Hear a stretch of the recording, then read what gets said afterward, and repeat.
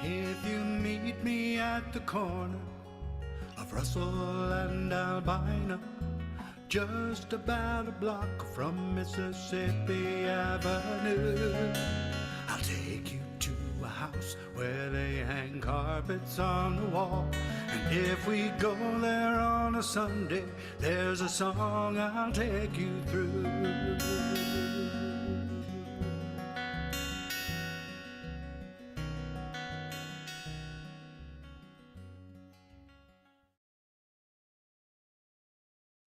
Well, hello there. Hello, everyone, and welcome to Open Mic America, the Sunday showcase of amazing singer-songwriters from all over the world.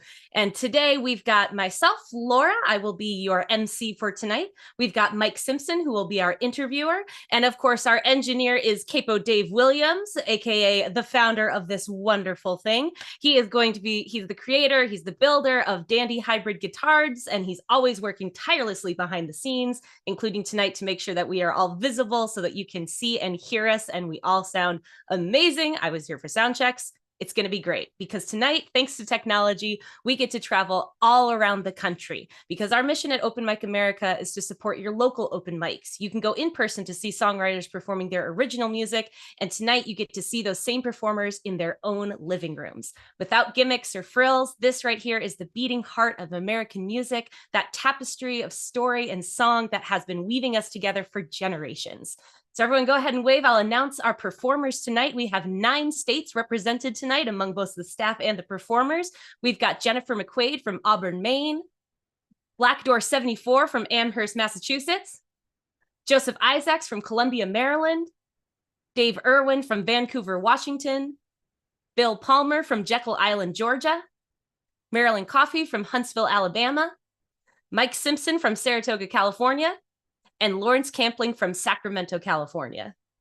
So as you can see, we've got a wide range of people, and I'm sure you are just as excited as I am to get it all started. So we'll go ahead and jump in with our first performer for tonight. That's Jennifer McQuaid from Auburn, Maine.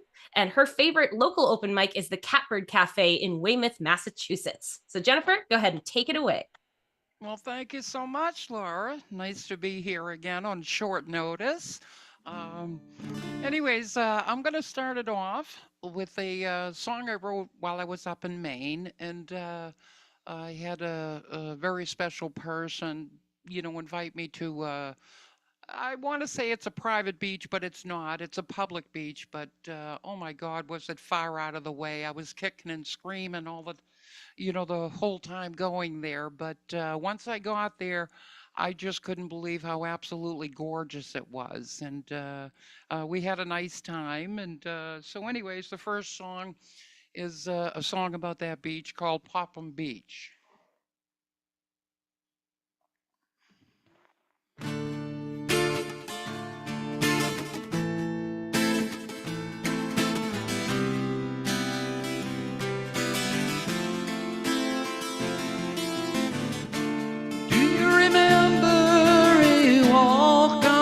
Beach along the shores of Maine, far out of reach. Long ago when we were there, the sand beneath our feet, walking without a care. Popham Beach, it hides away. The ocean comes alive as it leads to the bay, sharing its secrets for us to view. Ain't it funny how life turns out? A small world after all we talked about. The seals swim by so close you can see, the heads above water upon the sea. Popham Beach, it hides away. There we were, walking that day, sharing our time, just you and I. The world is crazy, you just wanna run and hide. Let's go back to that special time.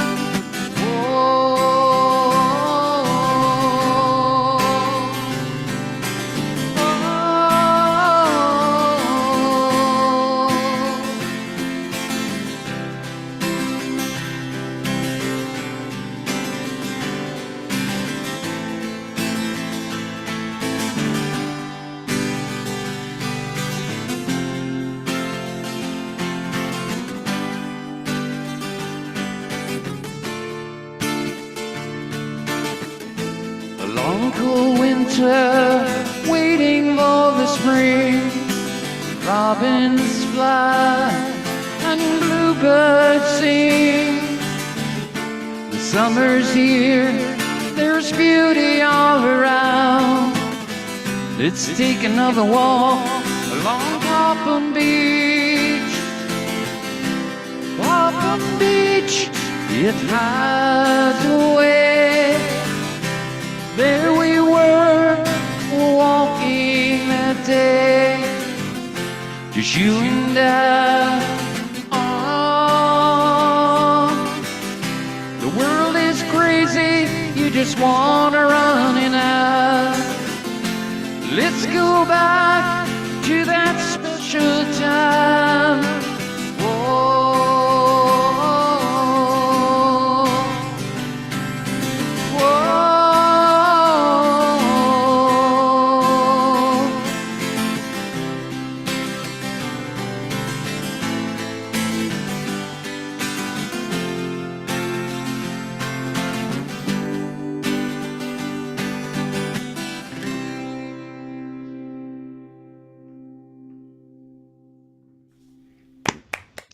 All right.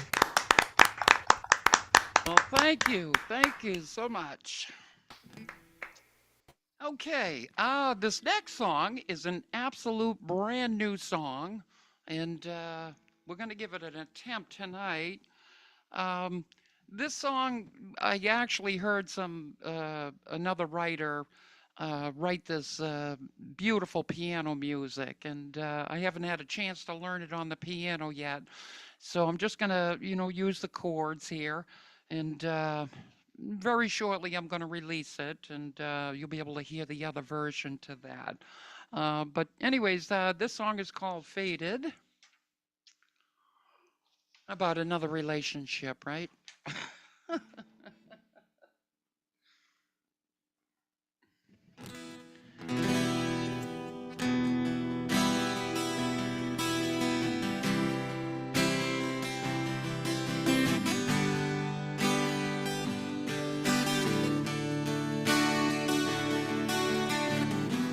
So long ago, we shared our souls. I feel broken now, living in the cold. You changed your mind, you needed time. Turned my life upside down, I lost my mind. I don't need much to feel your touch the way we used to do. It all turned to dust. I've been jaded, time's been hated, infatuated by a love that has faded. Why is it so complicated? Why is love so overrated? Yeah.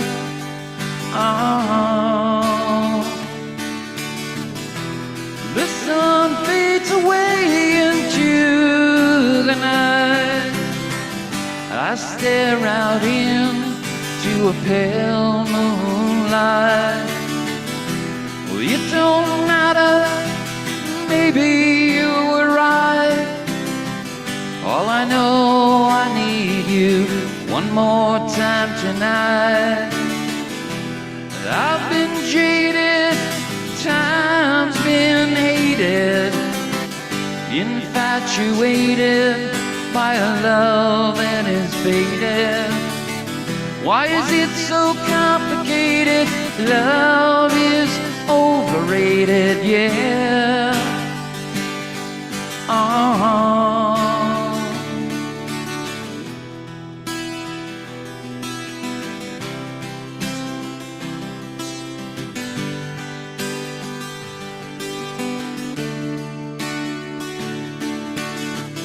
You're lucky once if you find the right one. Will we get another chance to find our someone? I've been jaded, time's been hated, infatuated by a love that has faded. Why is it so complicated? Love is so overrated, yeah.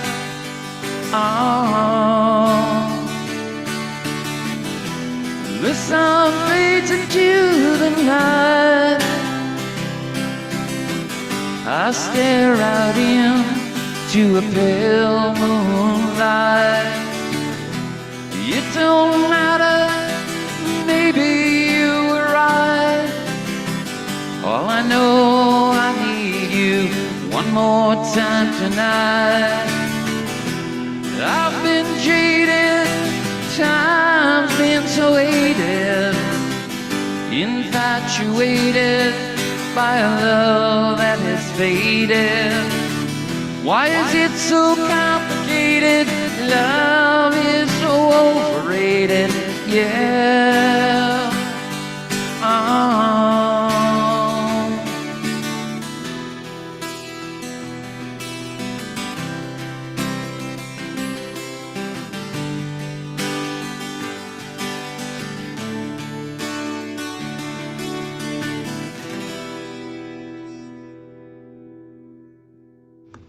Wow.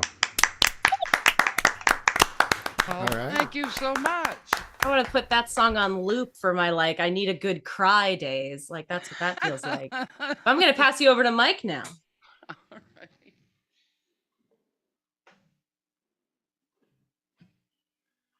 Hey, Mike, how you doing? Got your guitar away there. We're good to I go. did. Yeah, we're good. All right. Good to see you again. Good to see you too. Hey, last time I heard you play, you sang about surviving a fire and the memories of that, and then you did "Walk Away," the song that's on that compilation album about domestic violence. Right. And tonight we have "Surviving a Long Ride to a Beach," and "Faded," which is relationship memories. Are Yeah. memories? You find those your primary source material? I think so. You know, like I said, I took a course a couple years ago. And their persuasion was, just sing about things that or you've Right. been through, and whatever that may be, relationships or whatever the heck. But if you sing about something that or that you've gone through, I suppose it sounds a little bit more personal, and you put more emotion into it. I don't know. No, I But think you're exactly right there, and you certainly the audience is able to garner more emotion from it because of the personalization. I think that's certainly right, true. right. Hey, is it Popham Beach? It is, yeah. Popham Beach. Okay. Popham, yeah. Popham. Okay. Yeah. Um, cool. One of the things that I do like about the variety that there exists in what that exists in what you write is, Popham is that's a painterly song. It's got it's memories of these visual memories that you give us in that, and then of course the other one is more the relational, as you pointed out, the relationship memories. So when you're writing to those, like I said, Popham is painterly, but Faded is very crafty. All those that kit box of rhymes at the end of things, all linking them together and stuff like that. What moves you to more toward craft and away from maybe just pure feeling in writing? I think it's the music. I mean, if I hear certain music, it just takes me in a whole new direction. Uh huh. So, like I said, recently I've been collaborating, and which is just awesome. I mean, I hear things that I normally wouldn't create musically. And Right. and so that frees me up to, not have to think about the chords or, where I want to go. Actually, that last song, Faded, there's only 4 chords in the whole thing. So that allowed me to work with it vocally, and see how I can change it up, go here, go there, add more words to it to, fill the voids and Right. whatnot. So, And you're gonna move that to piano, you were saying, right? yeah, Well, yeah, yeah, the so piano that'll have sound, that standard effect that you'll get more changes, even if it's right. really the same 4. I understand that as folk singers, we are issued 3 chords of the truth. So, we start there. And do you find that the 12 string is it a real game changer? Does it really affect your structure of what you write musically when you're Oh, composing? absolutely. Absolutely. Yeah. I mean, I fell in love with the 12 string at a very young age, and it was just the richness, the fullness of it. And I think you're not aware of it, why it sounds so full. And it's full because you got all these octaves added to it. That's And right. so it allows you to add more instruments and pull those notes out. And it just takes me places that I normally wouldn't go. And then the other reason too, when you go out in solo, again, because of the fullness of it, just a guitar and, voice, it just fills it up, you know. Yeah. Well, very cool. Well, you certainly filled up your slot, Jennifer. Thank you for the answering the call for the emergency need, and I'm glad it was you. And it sounded great. Loved your songs. Oh, thank you so much, Mike. And by the way, I want to point out, because I'm going to do this with everybody, this would be Jennifer's 7th time on Open Mic America, and we're happy for all 7. All right, Wow. I'll turn this back Me over. too. We are certainly glad to have you, Jennifer. What a great way to kick off the show. And if any one of you is thinking, oh, I wish I could hear more of Jennifer's music, she does have a website. It's reverbnation.com/Jen McQuaid. But if you can't remember that, because I said that pretty quickly, all of the links to all of our performers and their websites will be on the Open Mic America webpage. So don't worry, you can find their stuff later. But for now, get comfy in your seat because we've got a band for you. It is Black Door 74 from Amherst, Massachusetts. They play at the Petersham Jams in Petersham, Massachusetts, and the open mic at Luthier's Co-op in Northampton, Massachusetts. And I think they're ready to go. So let's hear them. Thank you for having us tonight. Our first song is called I Will Become. And there are some people who every day have to wake up to a world that is hostile to their existence, that hates them because of who they are and who they love and for how they are present in the world. And it takes a special kind of strength to get up every day knowing that you have to face that world. And so this is a song to honor those people in that struggle called I Will Become.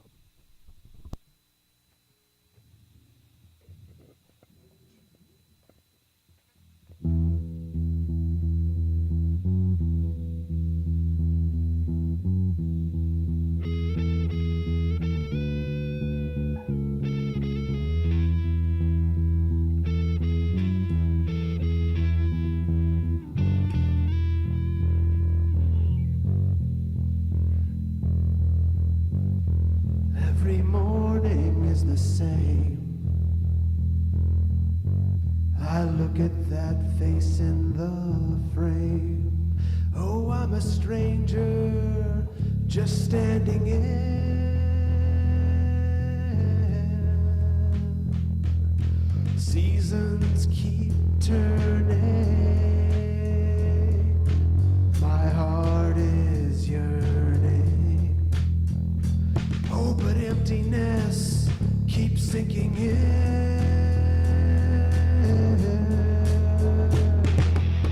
I will become a different one. I will become, but I can't see that this is me. I will become, how can I be? You'll all see. I will become.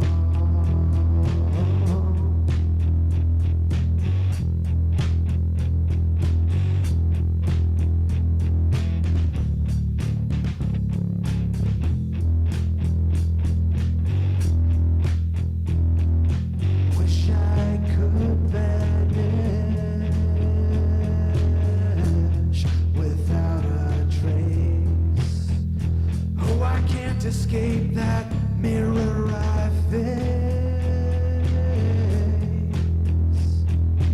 It's not what I chose. I pulled down that shroud, trapped in a cell, bound to this hell I will become. I will become a different one. I will become, but I can't see that this is me. I will become, how can I be? You'll all see. I will become. How do you get to walk carefree? Head turned to the sky. How do you get to have everything? Free to let your heart sing.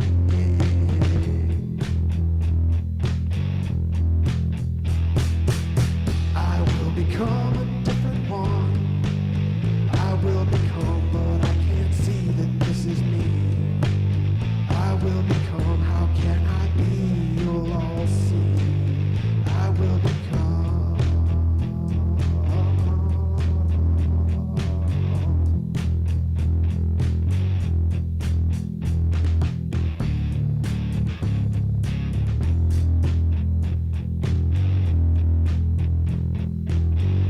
I will become a different one.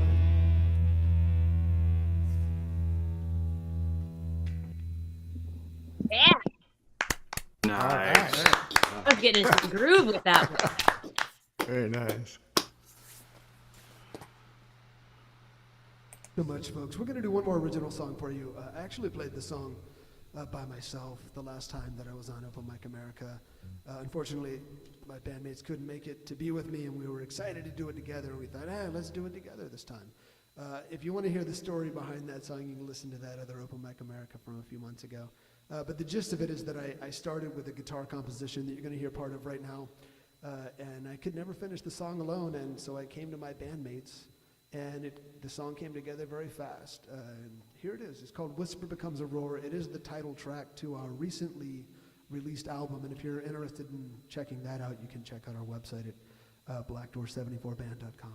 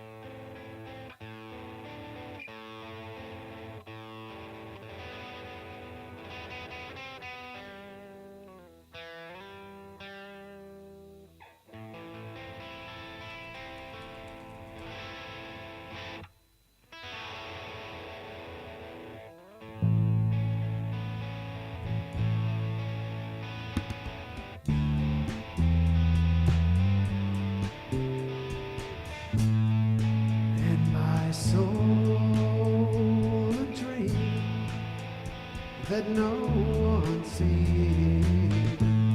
I lie awake and wonder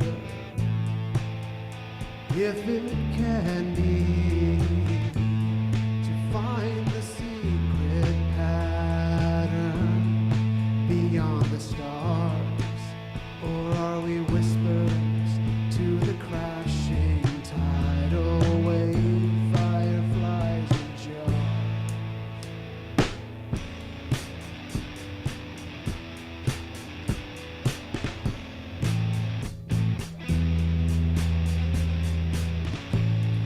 Crafting the story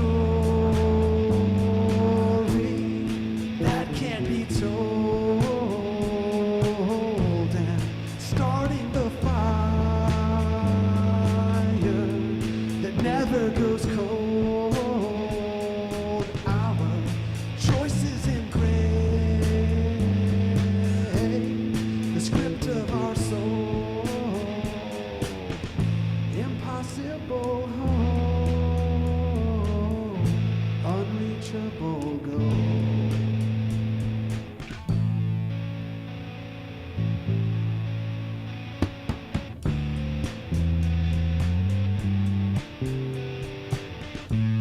The answers live among the dead. We ask anyway, risking everything is the price we pay. In contradictions we ride to the shore until one day the whisper becomes a roar.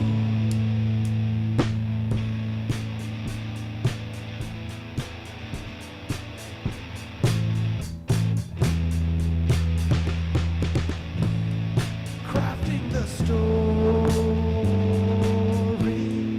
that can't be told, and starting the fire that never goes cold. Our choices engrave the script of our soul. Impossible hope, unreachable goal.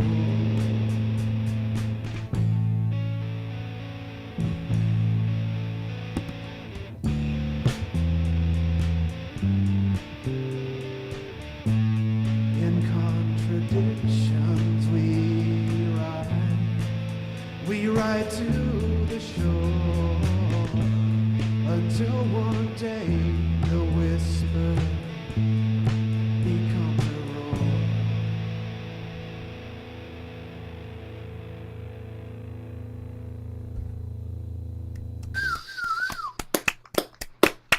I almost didn't want to clap. I wanted to hear it fade into nothing. Yeah, it had to. Awesome.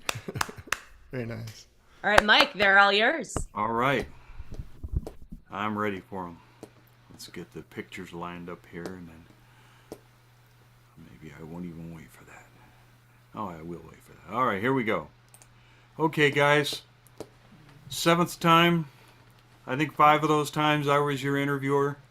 We've talked a lot about your academic careers and that kind of stuff, and I may have a note to do on it, but first, you know, I was very frightened for a moment because I looked up and all of a sudden I couldn't see the drummer, and I was afraid it was he had spontaneously combusted.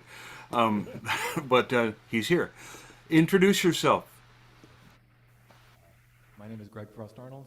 I met these guys. We worked together at Hobart and William Smith colleges, where I still am. So although you introduced us as from Amherst, New York, we originally met, Amherst, my bad, Amherst, Massachusetts. We originally met way back in Geneva, New York. Yeah. Oh, no, don't go anywhere. I'm not done with you yet. So this is right now. Yeah, grab that mic and just stick it right on your teeth too, because you're not coming through very loud. This is our second act tonight, right? And this is the second positive, powerful reference to the strength of multiple viewpoints in songwriting. You know, collaboration and that kind of stuff. How do you contribute to that with this group? Me? Yeah. To be honest, they write most of the songs, but I occasionally have some weird little thing that I bring and they help out with. But they actually do most of the guitar and bass and lyrics. Though occasionally we collaborate. Like on that second song, we were all together and we basically just wrote it together around the notebook. But mostly I just criticize the things they do and say we should do it this other way instead. And sometimes they listen to me and sometimes they don't. Yeah, weird little things in criticality. I hope you understand the degree to which you are absolutely filling out the drummer stereotype here. I mean, just to the wall, brother. All right. Hey, Rodman. Yes, sir. I'm going to go straight to something I got off the website there on yours. You mentioned more strongly than anybody else Curtis Mayfield, Herbie Hancock. Can you give me in 74 words or less, see what I did there, who else is making music you like right now? Oh, gosh. There's a band called Karumbin. I like them a lot. The Delvon Lamar organ trio is fantastic. Black Pumas is really good. Trying to think.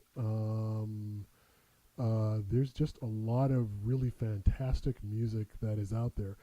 So one of the things I can say is that for everybody in the audience, come every time there's an open Mic America, and you can hear some great music. So this is one of those places. I think NPR Tiny Desk Concerts, KEXP out of Seattle does a lot of really good programming, but those are the bands that really come top of mind. Wow. 86 words out of 74. Well, you're no Donald Trump, that's for sure. All right, let's see. Who else is left? Oh, yes, Rigo. Yes, you need a microphone too, yeah. So you left about 3-4 years ago, you left academia, and you moved into a focus, as I understand it, on your art and on parenting. I'm particularly interested in the parenting part. What does that put into your songwriting mill that you didn't have before? I feel like such a parasite in relation to my kids. The thing about kids in relation to art is, for kids, everything, they don't take things for granted in the way that adults do. Everything is potentially exciting, and they fixate on all kinds of novel things that are unexpected because their minds are not yet socialized to only zero in on the quote-unquote important things. So I spend a lot of time with my kids, and I'm always looking for, I carry a notebook with me, to write down things that they say, observations that they make. And interrupt me if we're running out of time, but I have a story that's not yet published. I haven't started sending it out yet. It's called Let Me Show You Something. And let me show you something is a verbatim phrase that my 3.5-year-old says. And I realized, he's so excited to share things with me. But I realized that one day as I was listening to him describe a little Lego project that he'd made, that there's something fundamental that he was articulating about what it means to be human, which is to share your experience with others. And that's what the story kind of became, was this, how as we come into being as individuals, so crucial to that process is our having people to share something with. So yeah, the kids are they're an endless wellspring of creativity for me. Yeah, good stuff. Hey, to all of our listeners, you can see that hundreds of years of education are not wasted on these guys. It's a wonderful thing. I just want to mention one thing about the kind of stuff we get on Open Mic America, the kind of songwriters we have. There was this movie called Back to the Future, and the hero in it has to jump in and play guitar without warning at one point, and he says, "Blues licks in B, try to keep up." And I Will Become, just basic rock and roll in B. And in the lyrics and in the movement, there is this tricky placement of hope at the center of an essentially bleak and heavy song. In a lot of the feel that, but the chunk in the middle there, the nougat is that hope, and that's brilliant songwriting, and that's one of the things we get here on Open Mic America. And gentlemen, thank you very much for representing. Thanks so much. It's so great to be with you again. Yeah, one more time for Black Door 74. He, of course, has a website too, blackdoor74band.com. But of course, all of the links again on openmicamerica.com, because we don't want you to run away quite yet. We've got many more performers tonight, and I think it's just going to keep on being one amazing performance after another tonight, which I always love to see. So number 3 on the stage tonight, we've got Joseph Isaacs from Columbia, Maryland. And his open mics are the Music Matters Showcase, which is also an online open mic on Zoom, as well as the Friday Night Influence Hall open mic, which is at 7 p.m. at Pacific time. But Joseph, I think you're ready for open mic. Thank you so much. Thanks for hosting, and you all are wonderful here. Appreciate all you do. This is a song that's kind of, I don't know where this one came from, but I feel like we as a species have a hard time knowing what's real. I mean, we kind of believe all these things, sort of like money and borders, and they seem so real to us, And now it's kind of gotten even more convoluted with AI and all sorts of stuff. So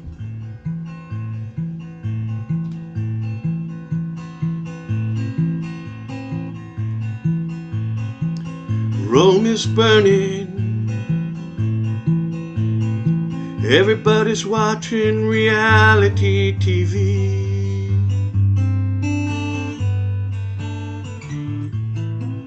Rome is burning.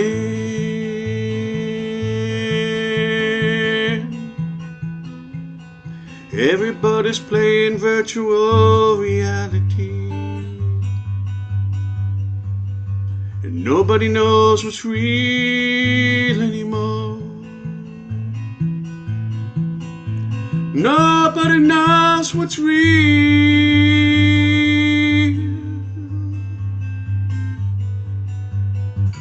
I don't know how we quit smoking.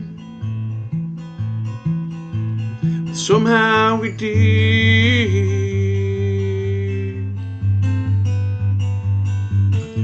I don't know how we quit choking. But somehow we did.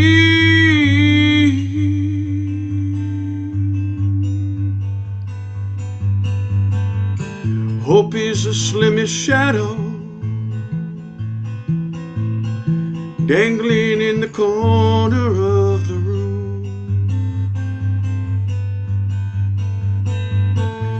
Hope is this thinnest shadow dangling from the corner of the room. Nobody knows what's real.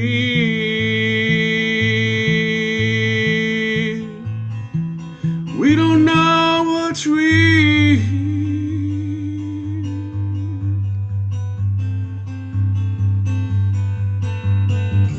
The sun is setting on the British Empire. Even the sun itself won't last forever. The sun is setting on the British Empire.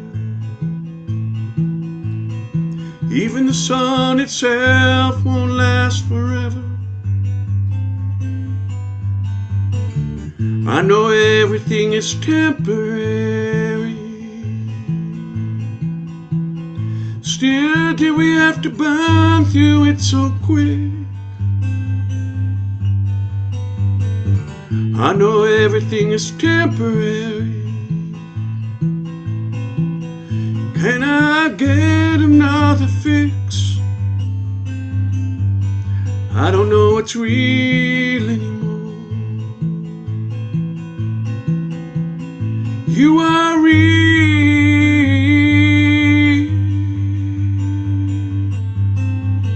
You are real.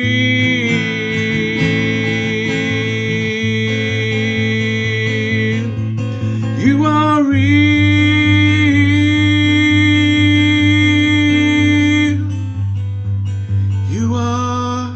You are real.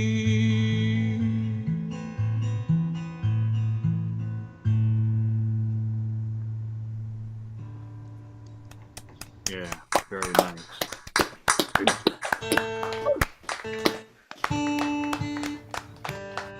Thank you. For my second one, I'm going to do my latest song.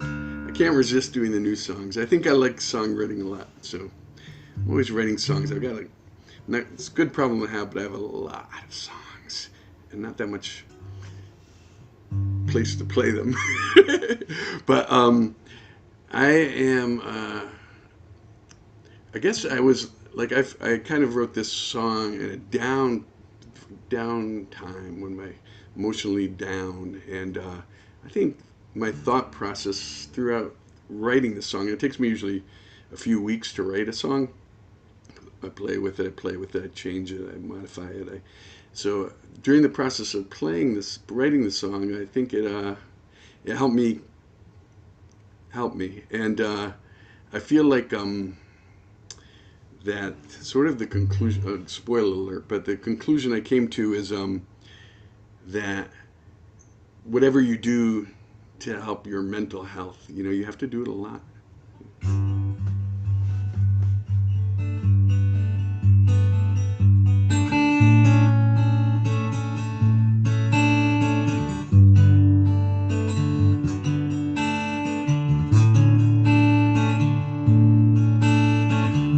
think I know I write these songs, but now I'm not so sure. I thought they made me stronger, but I don't know no more. I'd write songs about how it's better to give than to get. Then that's a lesson I would promptly forget. 'Cause life is like a puzzle that we drop upon the floor. The image was getting clearer, now it's just a blur, and these pieces scatter all around me, and I'm lost in mystery. Everybody gets lost in their own mind.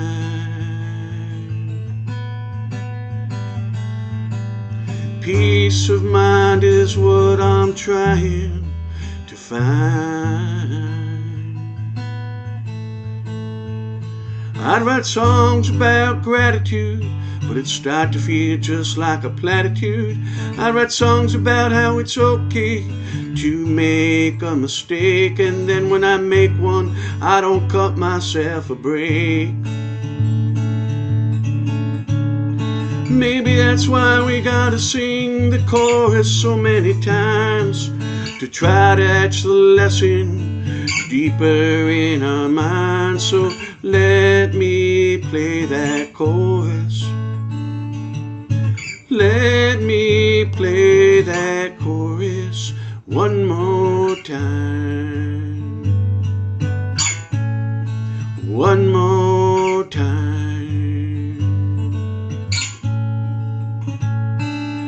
'Cause life is like a puzzle that we drop upon the floor. The image was getting clearer, now it's just a blur, and these pieces scatter all around me, and I wonder who in the world I might be. Everybody's got a path they got to find. Music helps me find peace in my mind.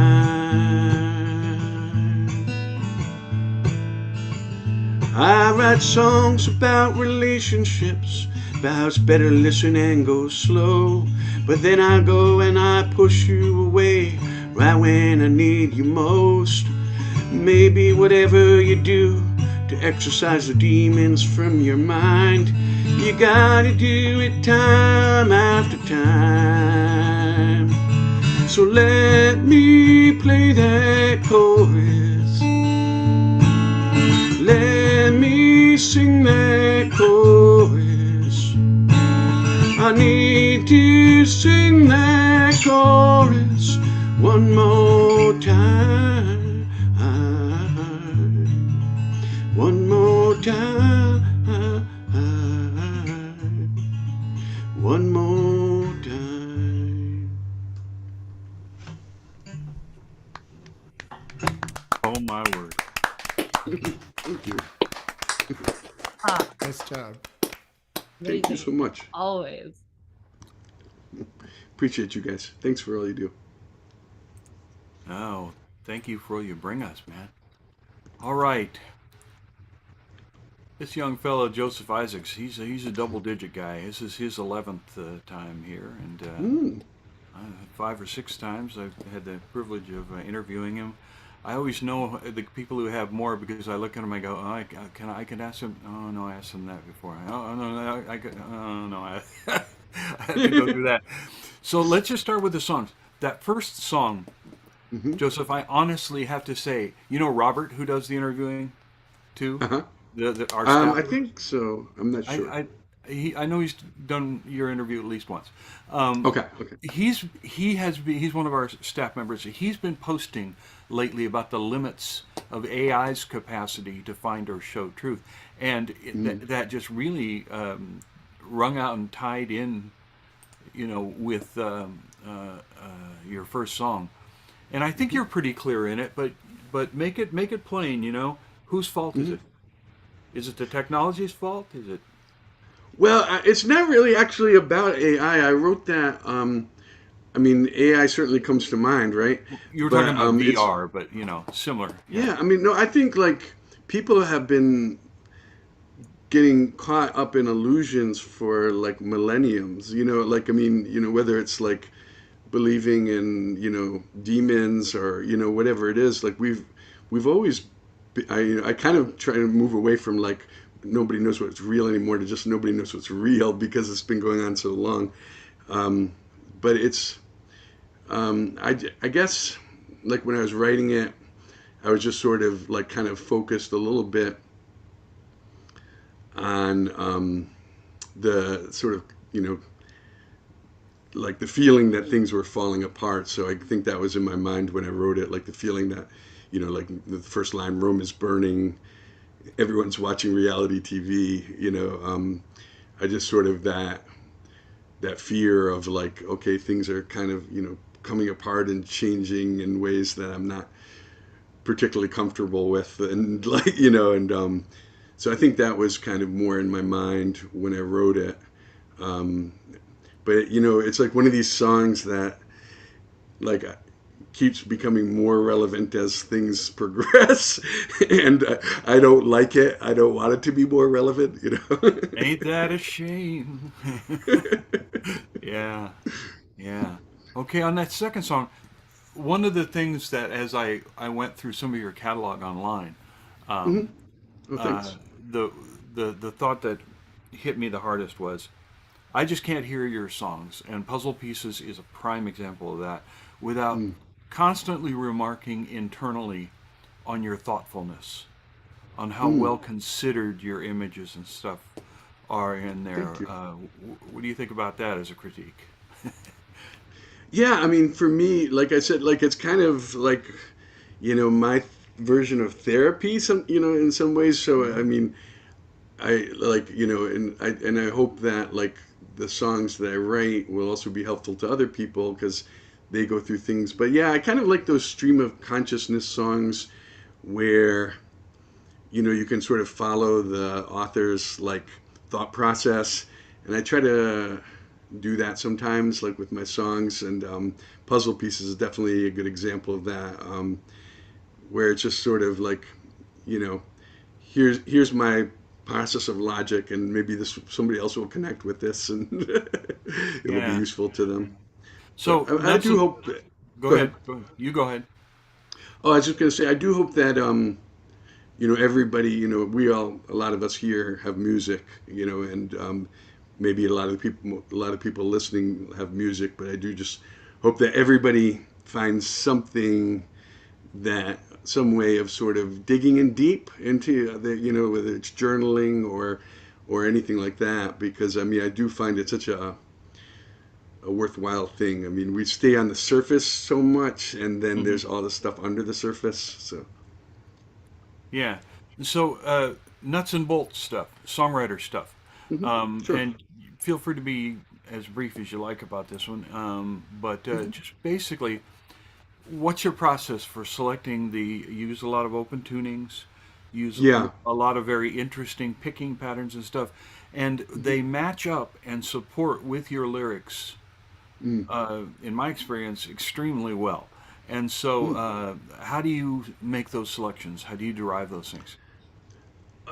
Well, I think a lot of us who are songwriters sort of have the experience of like, you know, we kind of like think about it as like almost we're listening to the guitar rather than the guitar is listening to us. Like, I don't know if it's channeling into something or subconscious or however you want to think about it, but somehow like I'll play something on the guitar, I'll fool around in some tuning, and then something will emerge. And what I found interesting is that like when I play in different tunings, like different themes of songs seem to emerge. Like I have a tuning where almost all my songs are relationship songs, and I have a tuning where almost all my songs are about going slow and slowing down, and like so something about the tuning is telling me write this type of song. So I think that's how it ends up matching up because um, I'm glad that it does. But I think because I try to listen to the guitar and the guitar provokes something in me, and I guess hopefully it matches up with the together. So yeah, that's great to hear that it does that for you. Yeah. Well, Joseph, always a pleasure to have you here. Great songs, and I just close out the interview with Brother. Play that chorus one more time. Thank you. You too. Yes, thank you so much, Joseph. It's a pleasure to hear you play. And it's going to be a pleasure to hear our next performer play because it's going to be Dave Irwin from Vancouver, Washington. And Dave usually plays at the Latte Da in Vancouver, Washington. He's actually playing there on June 7th with Stuart Campbell and some others. And he also plays at the Artichoke in Portland. But tonight, we get him here at Open Mic America. So Dave, take it away. Thank you so much. And I got to say, Joseph, I took a lot out of your performance, including playing my chorus one more time and starting off with a brand new song, which a few other people have done tonight. We just got back from England like a few days ago and stopped by the Salisbury Cathedral. Like a lot of cathedrals in Europe, they have saints kind of on the wall, both inside and outside. And outside the Salisbury, there were statues of saints all up and down the walls of this huge cathedral. But the third time we walked by, we were there a few days, we noticed, my wife and I, that there were like blank spots where the saints weren't. Like they'd either saved them for some future saint or they had somehow been removed or whatever. So I thought I should get at least one song out of that trip, and this is that song. It's called She Brought Me a Gift. Just get it up here so I can see it.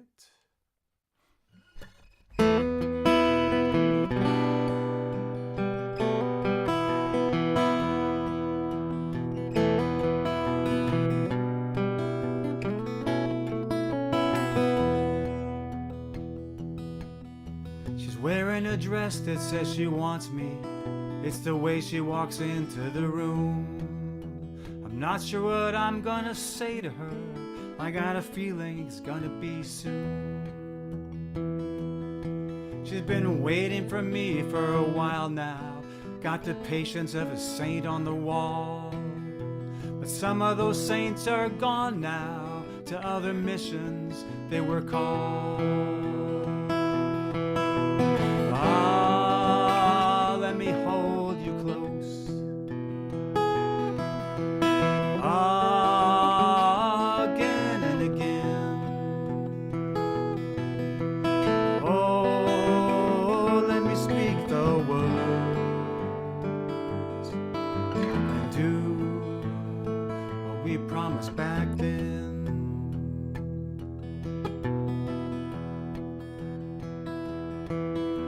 I know what she wants, and I want it too. Want to sit around the fire at night.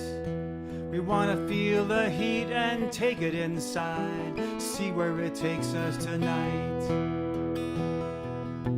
Well, she brought me a gift wrapped in a script, and I have a leading part. She brought me that same thing so many times. I know my part by heart. Oh, let me hold you close.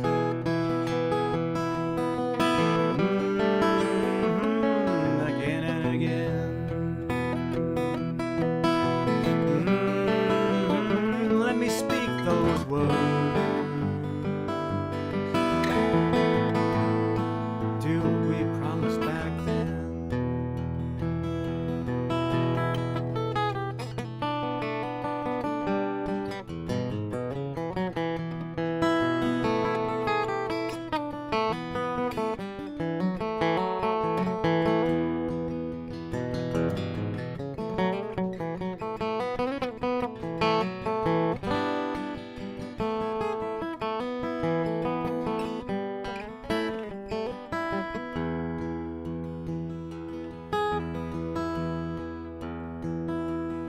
Well, those saints gaze down, never a blink, never a smile or a frown. They're exalted, but they're stone cold in the place of higher ground. While we walk around, gravity bound, our hearts still pump real blood. Through our generous veins, our joys, our pains, with a little grace, we get it done. Ah, let me hold you close.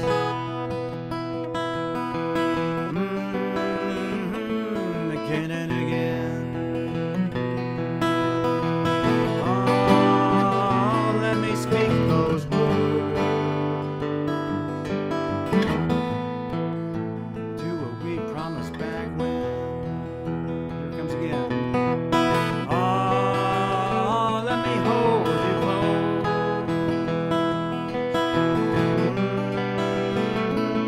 Again and again. Oh, let me speak the word.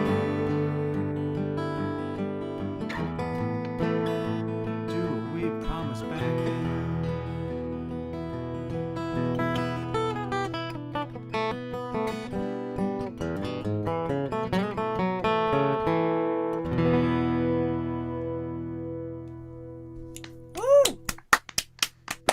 Awesome.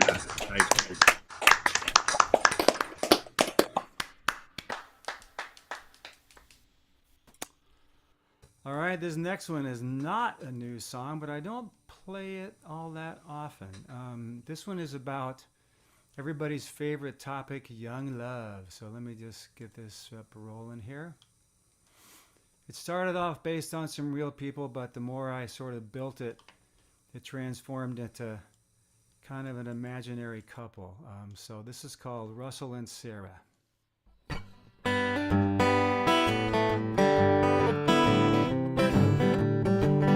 Everybody's favorite key, the go key. A little speedier. Well, Russell and Sarah decided to get married in the spring of the year. He wanted a big wedding, but all she wanted was for him to be near. They ordered the food, they ordered the wine. You know they got great beer. Well, Russell and Sarah decided to get married in the spring of the year.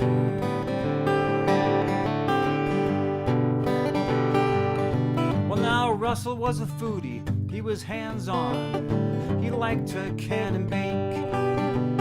Sarah worked in high-tech, and she brought home most of the pay.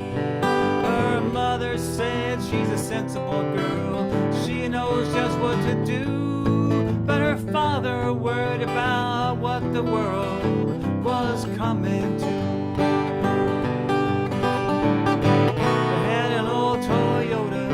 They had a cast iron frying pan, Wi-Fi and a futon, everything needed for a woman and man.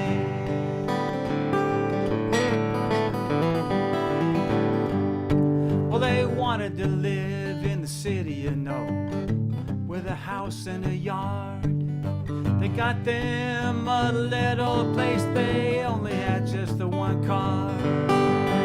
They shared stories each night over a candle and wine, and they looked for the best in each other, found it most of the time.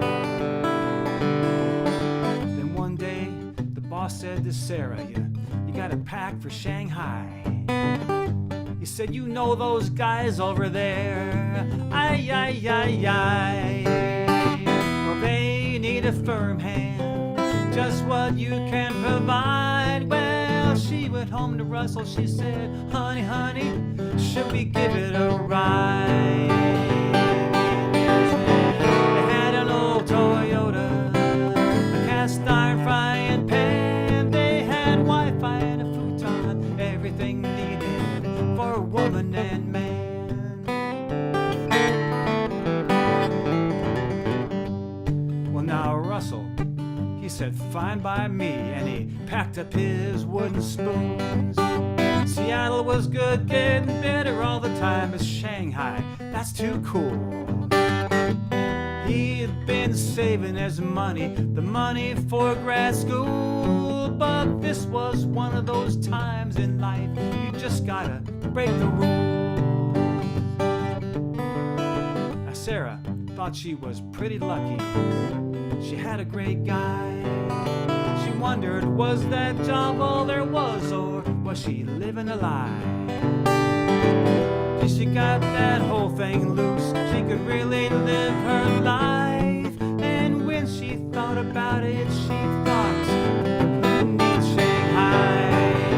She had an old Toyota, a cast iron frying pan. They had Wi-Fi and a futon, everything needed for a woman and man.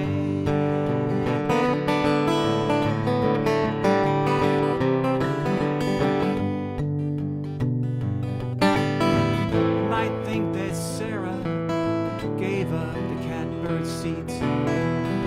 They went on to start a startup called Eat and Tweet. On X, the app formerly known as Twitter, but I couldn't think of a better rhyme.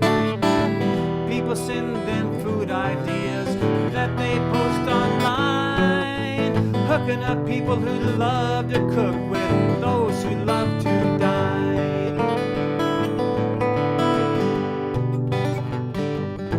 Now Sarah has a staff of 5 and she tells them what to do.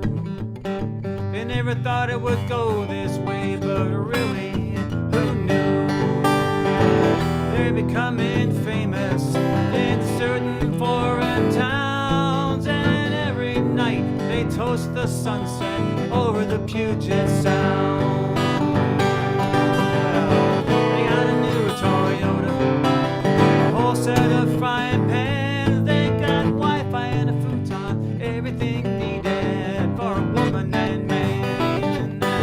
They got a new Toyota Prius Pride, a whole set of frying pans, Wi-Fi and a futon, everything needed for a woman and man.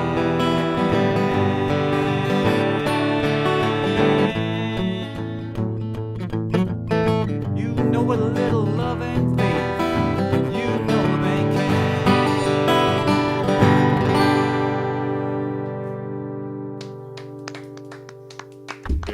All right, that's good. All right. Nice.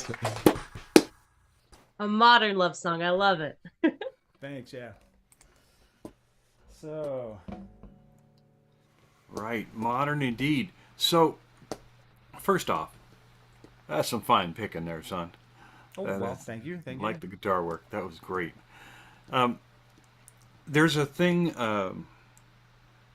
I'm very old now, so I often don't remember people's names. But there's this great East Coast songwriter who talks about the in his songwriting classes. He talks about I forget what it was 5 or 7. I think it was 7 essential skills that you must have as a songwriter. And as soon as you started in with the explanation about the Saints and then got into the song, I started going through them and saying, "Yeah, Dave's got this one. He's got this one. He's got this one. He's got this." You know, you're an excellent poster child for songwriting. You know, in this regard. And one of them is what he calls experience mining, taking the life you've lived and the lives you observe around you, and mining them for great lines. In his songs, like that one about exalted, but they're stone cold. I mean, that is some fine writing, man. And so, how did you? What was it that moved you along to go from those images and that experience to putting it down into that song? I think everyone here probably asks himself that question. I Joseph mentioned he listens to the guitar to kind of inspire him, and Jennifer had great lyrics. I just started playing it, right? I get an idea about like the Saints, and I thought, what rhymes with what? And then I got some other feelings that might play into that experience of traveling that day or whatever, and they sort of just blend. And then you got to make it fit into a meter, a rhythm, a rhyme, and get words that fit. The only one I had, the one about the second or third line about we're walking around, we're still alive, the gravity holds us down, we're pumping real blood. Well, there's not that many words that rhyme with blood, it turns out, but I wanted to keep the blood in there. Right. So it ended up being get it done, which wasn't my favorite line, but it just had to fit because, the show is today, so I get a line in there. I might revise that as we go along. But I think it's a magic process, right? You have an inspiration, you have a feeling, and maybe the feeling attaches to words, and if you're lucky, you get some music to fit together with it, and Yeah. there it is. So if we've got any, budding or thinking songwriters, listening to this, hear what he's saying. He's saying he did start with the experience, with the image and the thing, but at some point, how long have you been writing, Dave? 20, 30 years. 20, 30 something like years. that. And what he's built up in that time, among other things, what we all build up is a certain amount of craft. And he applies the craft to the better parts of the ideas and lets them drive the song. It's very beautifully done, demonstrated, and put. Yeah. So Russell and Sarah, another thing that's on this guy's list was the capacity to make the universal from the specific. And you talked about how, well, it started off as, actual people, but now it's become, something else. And that's precisely what this songwriting instructor is talking about. Is he's saying, take your specific things. So you knew Russell and Sarah? Sort of loosely, if my daughter's watching, loosely based on my daughter and her husband Austin. They don't do anywhere close to those kind of professions, but they're a very happy couple, and they started off in Seattle, and they've built a life. But Russell and Sarah's life took some turns that they're like, they just were like the instigation of a, pretty happily married young couple. And then where would it go if Sarah was working in high tech and making a bunch of money, and Russell was the cook and staying at home and that sort of thing? I just played around with that, and that's where that right went. And this leads me to the third one of the things from that list that that immediately struck me was, as a songwriter, if you want, you can just tell a story that you know, but you're supposed to be a songwriter. So what you really need to do is write the story. You need to change. You need to, again, move it from universal to universality, from specificity, and you need to be a writer while you're doing it. It's nicely done, and that's what I think you did. Hey, I was looking through your stuff online. I love the Henry Taussig song. I love that familiar story of the journey that so many of us make from, popular music on the radio to whatever new genre we end up adopting. That's your story, isn't it? Kind of, yeah. I wanted to play Beatles when I was a kid. I'm actually pretty old, and my parents thought that was devil music, so they found a folk singer teacher for me, who turns out was into the Wobblies and Utah Phillips and Carter family, all this like leftist subversive music. But I learned to play like Carter style finger picking at an early age, and it was really quite an excellent education for me. And Harry got me started on the path to folk music. Yeah. So maybe you can use another song I read listened to there, Rakish Charm. Yep. That one clearly you can feel you as a songwriter pulling that up out of your memories. How do you transfer the raw memory, the raw stuff, to lyric and music? Well, that one actually came from a prompt in Matt Meehan's songwriting class, write about an inanimate object. And I'm like, if you've ever been in Matt's class, I recommend them to anybody here. They're online. Anywho, you get an assignment one week and it's due the next week, like school, and it was like the day before class, and I had nothing. So I'm walking around the neighborhood and I thought, garden rake. Oh, well, that's all I've got. I better write about a garden rake. So that song, A Rake's Charm, is about the spread of your skirt is irresistible, like the garden rake has that shape, right? So I just went with this kind of sexy love song about the garden rake out in the shed. You pick me up out of the corner, you help me get my feet on the ground, I think are some of the lyrics. So, the prompts to me are powerful because I got nothing here, but you get a prompt and you sort of sit yourself down and you start thinking of words that go with. And I think it's a really helpful process.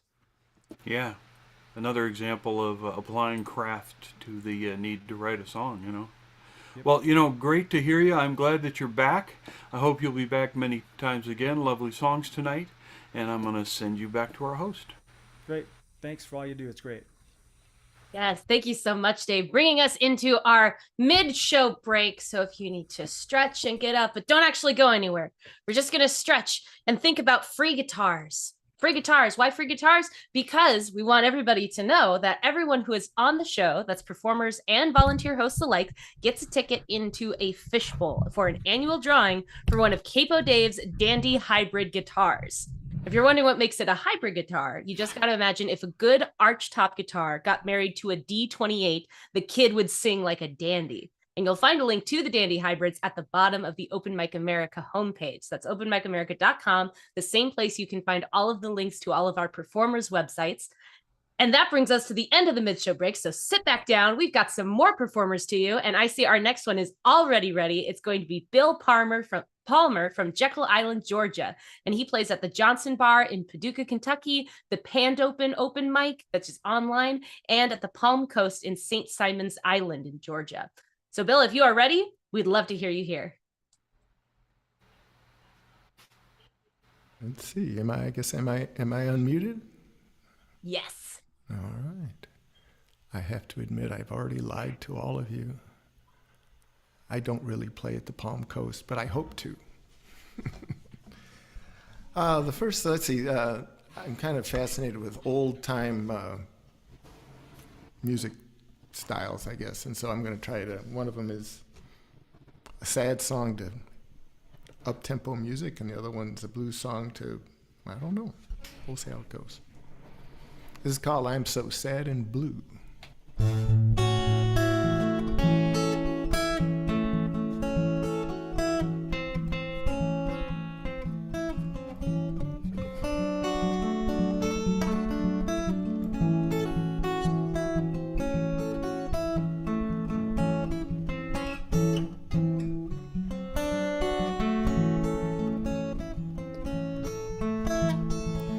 I'm so sad, well, I'm so sad and blue. I'm not gonna lie, I'm gonna cry, and it's all because of you. Well, yeah.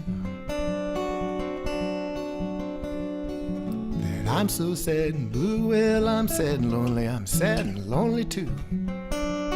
Well, I'm sad and lonely, and it's all because of you. Well, I leave my shoes in the middle of the floor. I sleep too much in bed. Well, said I'm sorry like before. What should I do instead? What should I do? What could I do? Well, what could I do instead? Well, what could I do instead? Well, you're real mad. You're mad and lonely. It's 'cause of what I do.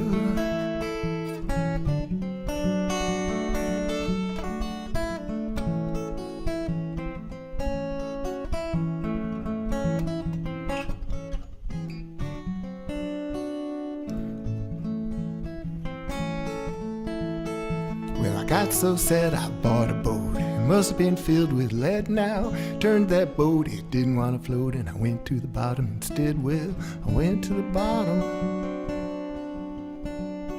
Well, now they're sure I'm dead now. Now they're sure I'm dead. Well, you're real mad. Well, you're mad and lonely. It's 'cause of what I do. Floated up from the bottom, I was feeling alright. Took time to catch my breath. Well, walked back home in the middle of the night, and I sneaked back into our bed. Well, I was sneak into our bed. Well, I think she thought I was dead. Well, think she thought I was dead. Well, you're so mad. Well, you're mad and lonely. It's 'cause of what I do. Well, we're so sad, well, now we're so sad and blue. We're so sad we're gonna cry. What are we gonna do? Well, what are we gonna do? Oh, I don't know. 'Cause we're so sad and blue now. We're so sad and blue. Well, we're sad and lonely. We're mad and lonely too. We're sad and lonely. It's 'cause of what we do. Well, what are we gonna do? Oh, I don't know. We're so sad and blue now. We're so sad and blue. Well, we're sad and lonely. We're mad and lonely too. Well, we're sad and lonely, and it's 'cause of what we do. Yeah. Woo-hoo. Love it. Awesome. Love it.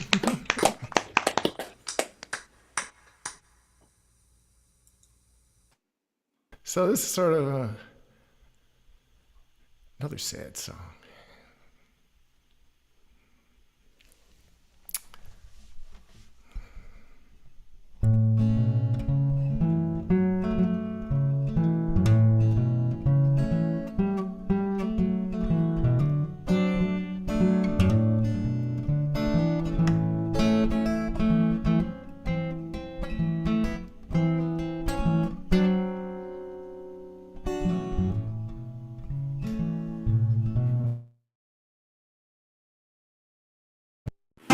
Got depression from my dad. I got the gloominess from my girlfriend and all the friends I never had. I got the booze. I got those boo blues. I got the boo blues. And I don't know what to do. Well, I think I'm gonna load up on my sadness. That's what I'm gonna do. I'm gonna load up on my sadness and just dump it all on you. I'm gonna load up on my grief, all my sorrow too. I'm gonna load it all up and just dump it all on you. So you have those booze, just like I do. 'Cause nothing makes me feel better than dredging up my past about the girlfriends that left me and those jobs that did not last. Well, nothing feels sweeter than complaining about my life, whether it's politics or weather, or maybe it's just my wife. 'Cause everything's more interesting with lots of strain and strife, and I'm gonna have to run if you insist upon that knife. I got the booze. I got the booze. I got the blues, and I don't know what to do.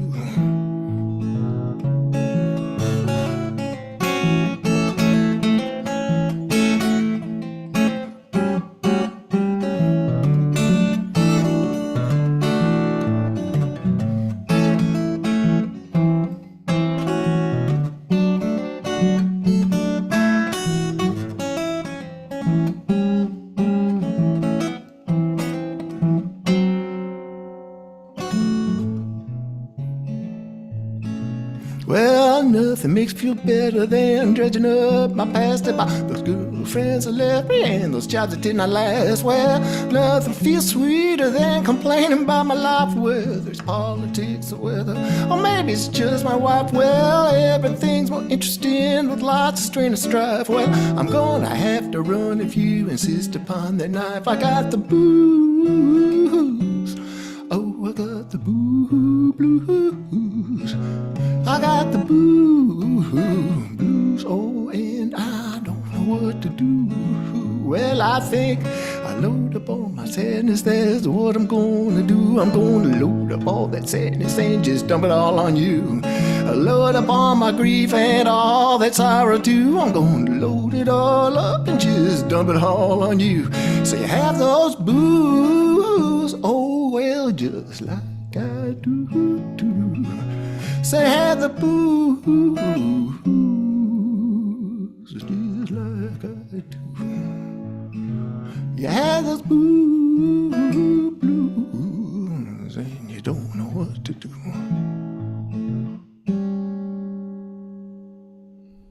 Yeah. Yeah. Awesome. Very nice. Very nice. Thank you. So fun. Thank you very much.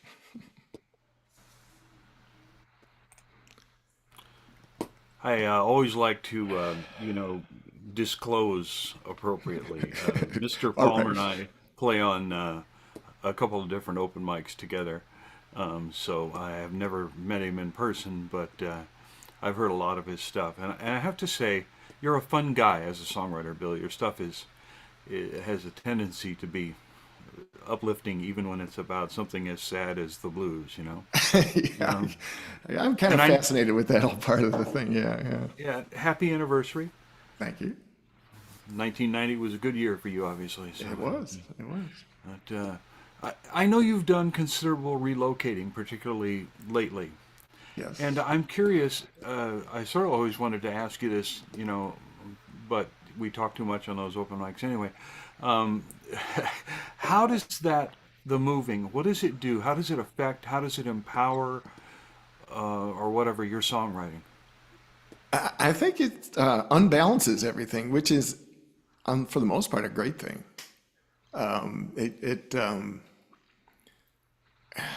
You're instead of kind of getting into the same thing that you're doing all the time, you're having to make new decisions all the time. And then, of course, you're seeing new things and thinking about different things and trying to solve different kind of problems, and then having struggles because things are hard.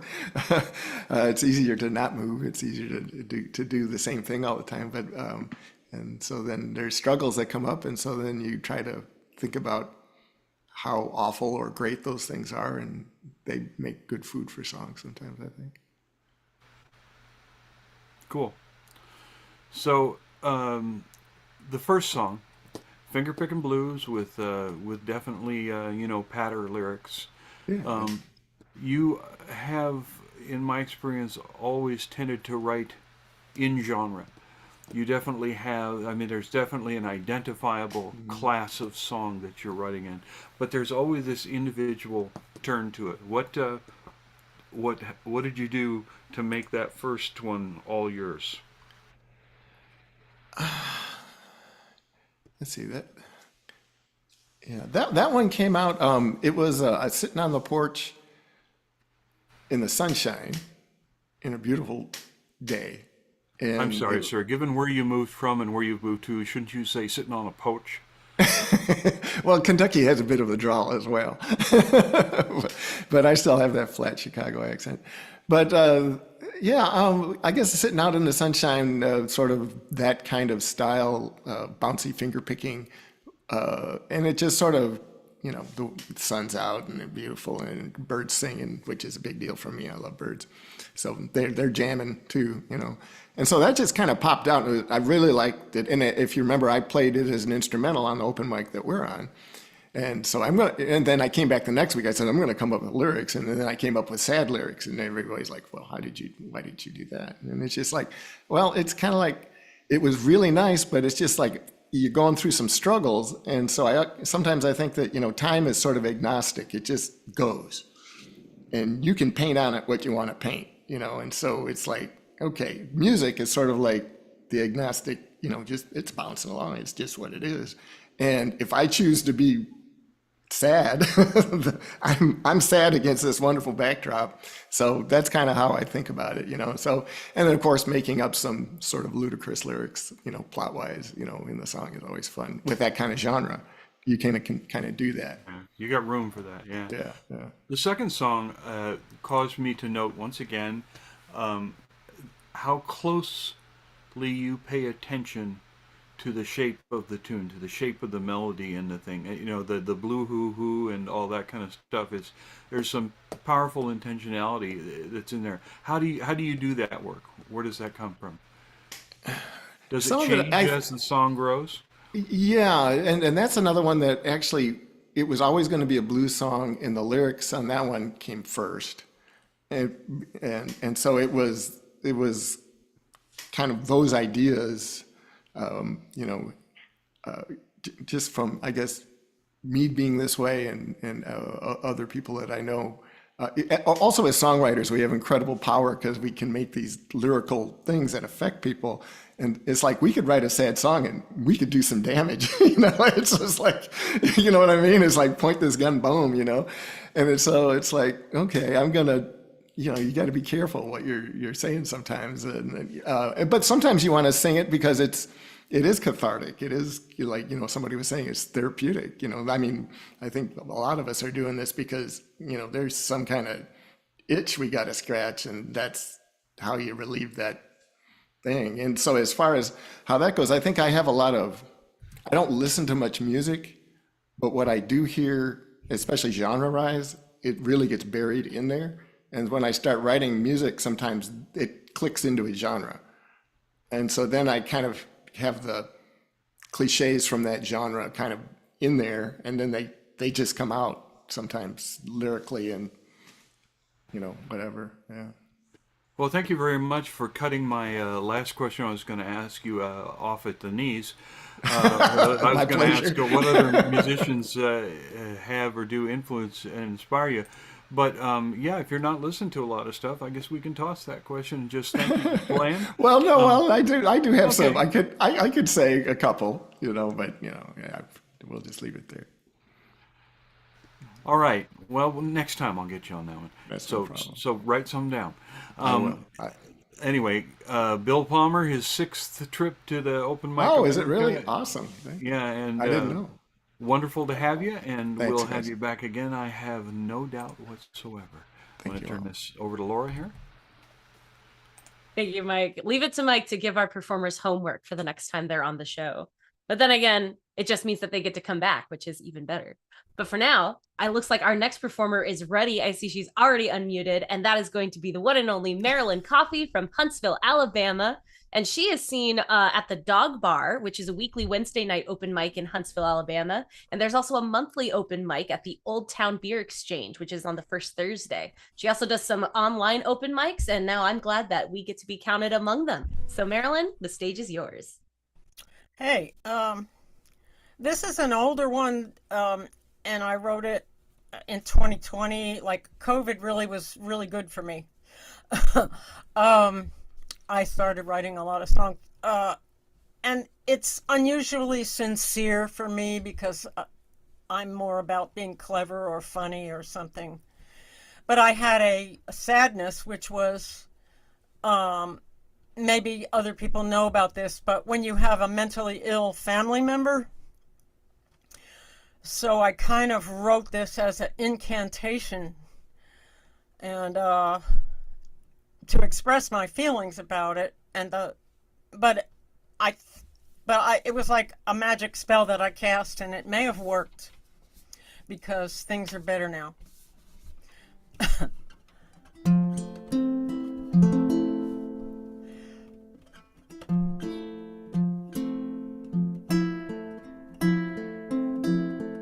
She's not the same. It's been a long time since she smiled the way she smiled before. Am I to blame? I think about her all the time since I am the way I am. Anxiety.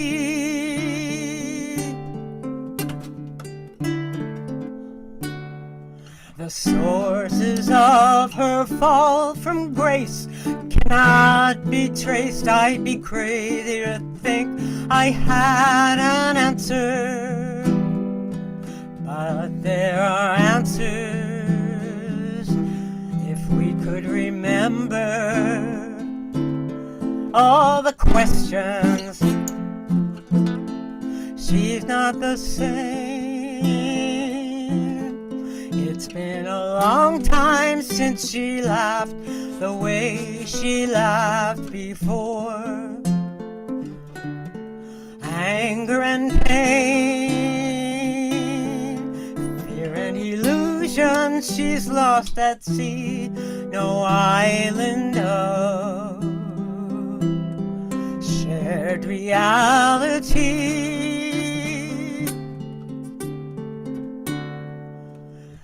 A place that she could be with us. She doesn't trust me anymore. Not sure she ever should have. I must redeem my soul. Her goal is much the same. She's not herself. It's been a long time since she danced the way she danced before. Brothers and sisters, she was the one I loved the most. Now it's undone. Am I the one? Suspicion. I'm one of them, one of the powers that be, alive and well, and she can tell. I've often taken the easy way, while she's held true to God knows what hell. What does she believe? Who does she love if not herself?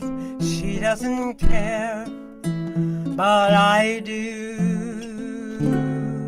Oh, my Camille, I think about you all the time, since I hope the way I hope, impossibly.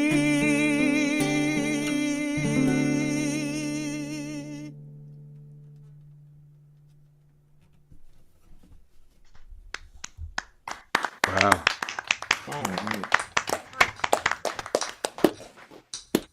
Well, it worked, and she's much, much better.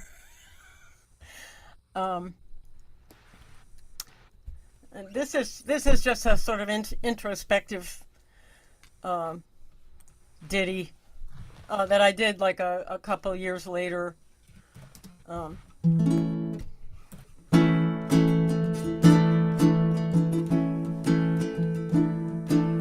Can't look myself in the eye. Might be because I'm too high-minded, don't like to see my own propensity, so I steer clear of the mirror.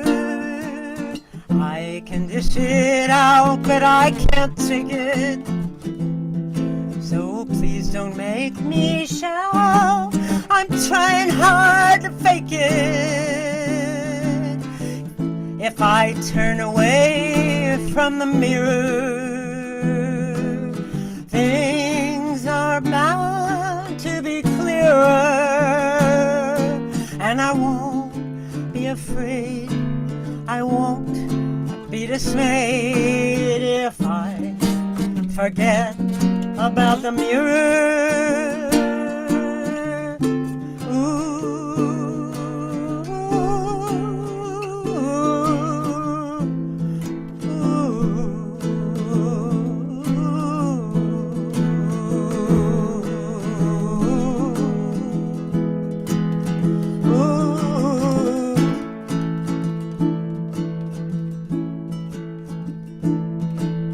Can't look you in the eye.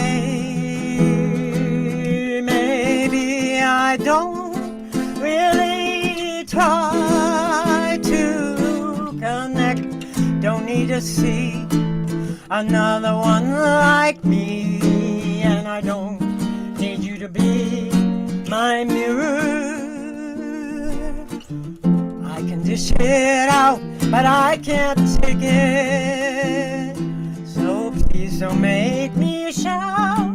I'm trying hard to fake it. Oh, if I turn away from the mirror, things are bound to be clearer, and I won't be afraid, I won't be dismayed if I stay away from the mirror. Oh, if I stay away from the mirror.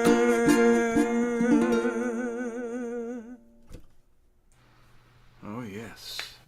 Woo-woo. Thank you. Oh, that was called The Mirror. I think I would have guessed on that one. What's Well, the first one? What's the first one called? Not the same. Not the same. Okay, yes. Appropriate titles in both cases. You know, one of the things about being a songwriter and being sort of active about doing it, and going to camps and taking classes from good songwriters, you end up knowing quite a few songwriters, and you talk about songwriting with them. And so I know several songwriters, some of them names you would know, who have admitted that they have left unfinished or simply put aside songs on your first song subject. And I think you're brave for doing that. How did you make that decision that you would write about that? Well, more how you would perform it.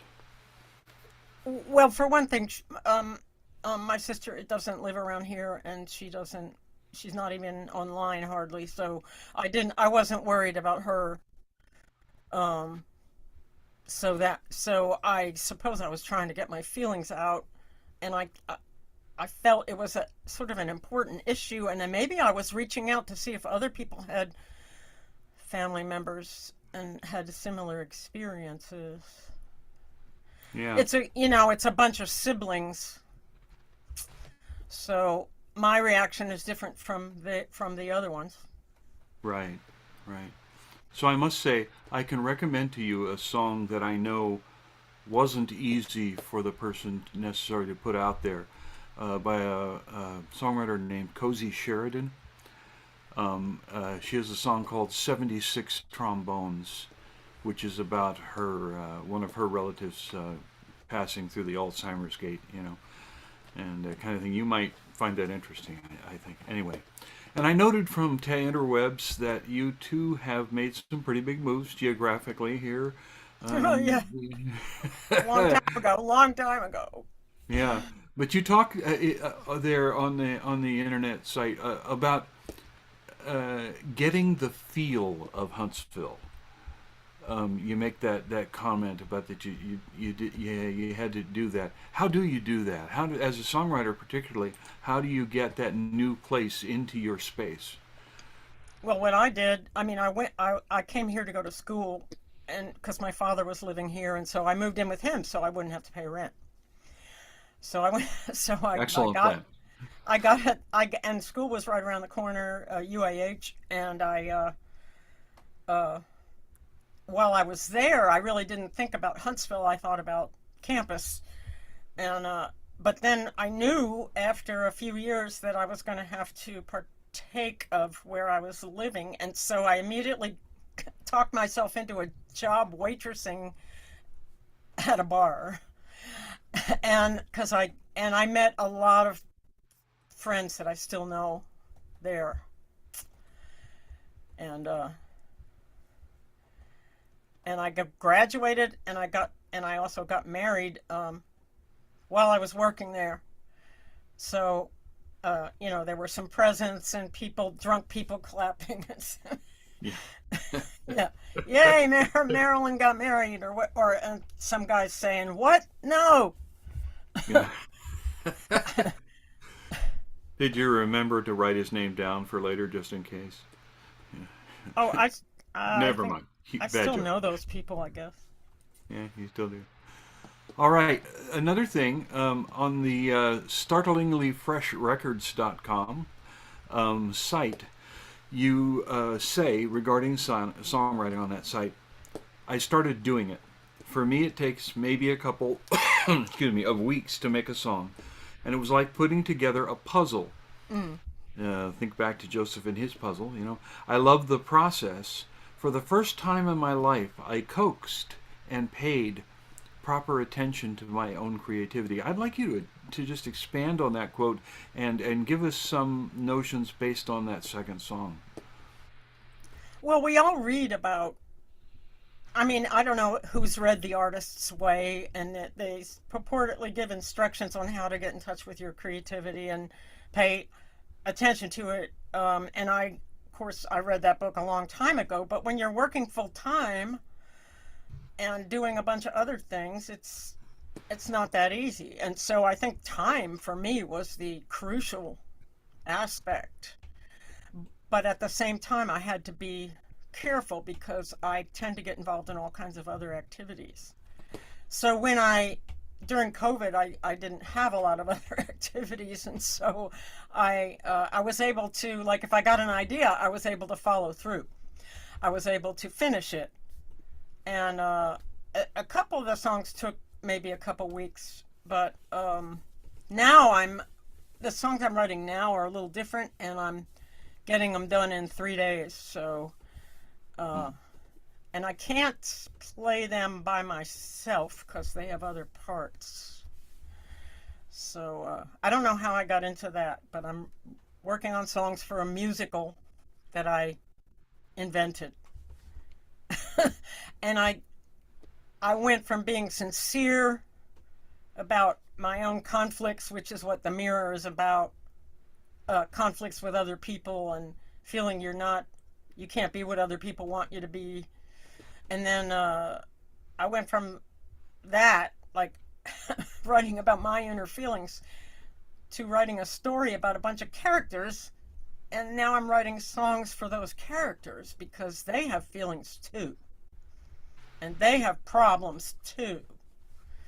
And sometimes I can talk more easily about their problems. And I know them pretty well by now. And they have song styles also. Cool. Well, when you get the musical done, you'll just have to you'll have to bring it to us song by song by song. Yes. Some of them are on my SoundCloud, which I didn't post. Are they identified as such at all?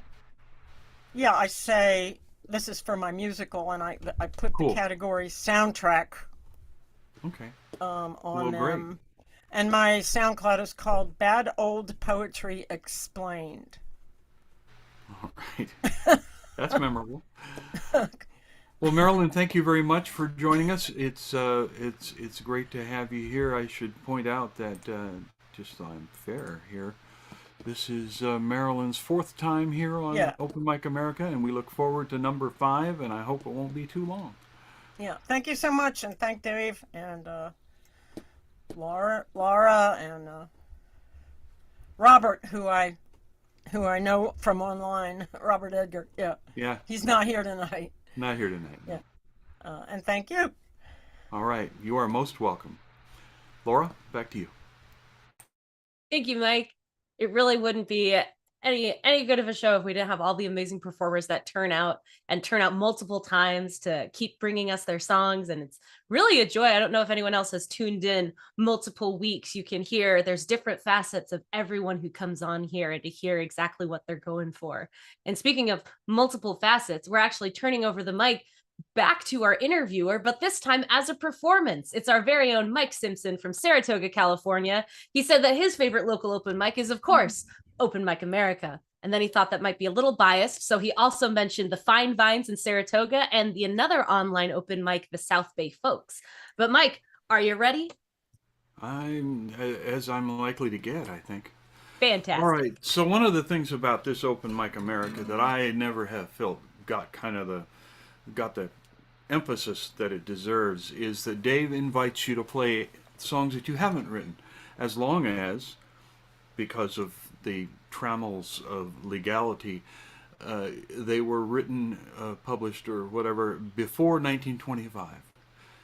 I can't find an exact date for this song, but I did manage, through a reference someone made about his mother teaching it to him when he was 7, when I tracked down his age and his mother's probable age. This one's probably somewhere around 1900. And it is, in fact, frankly, a murder ballad.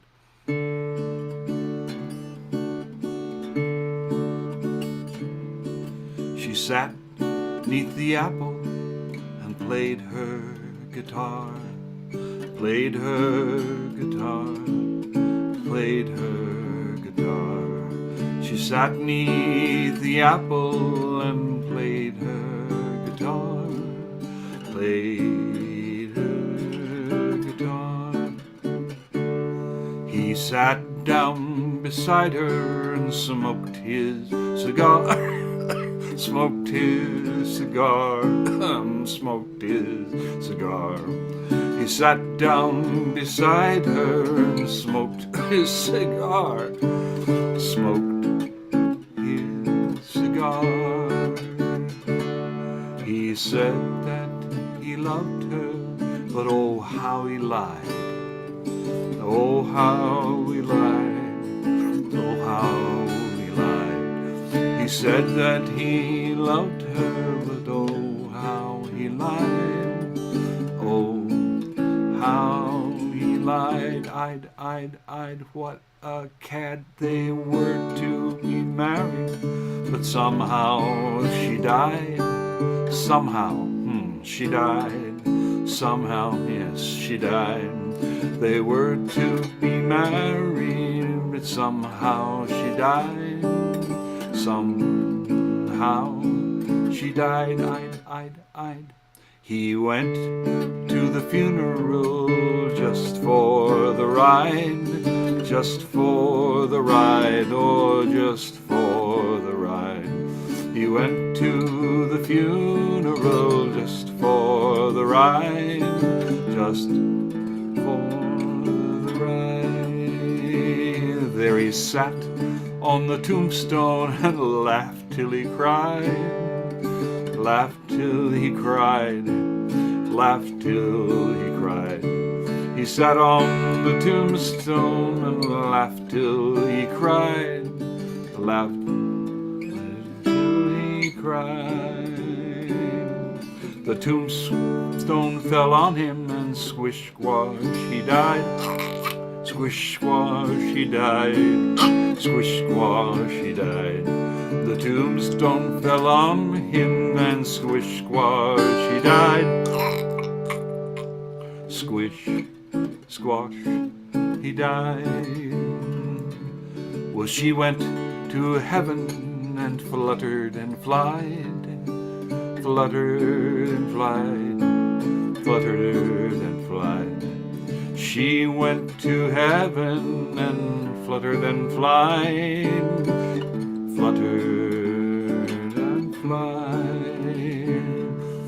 He went to t'other place and frizzled and fried, frizzled and fried, frizzled and fried. Well, he went to the other place and frizzled and fried, frizzled and fried. Now the moral of this story is never tell lies, never tell lies, oh never tell lies. Now the moral of this story is never tell lies, never tell lies, eyes, eyes, eyes.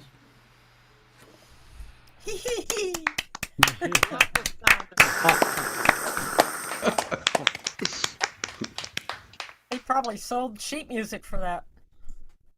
Yeah, there was an indication that like I say, I didn't get enough indication for dating of it, that it was actually beyond even the sheet music thing, but that was included in England in a thing called broadsides, which were a way of distributing song lyrics. And these broadsides were similar in age to the formation of the Girl Guides, the equivalent of what we call, what do we call them here?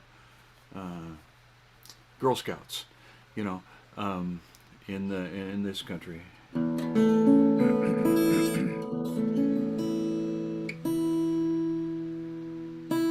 This one I did right.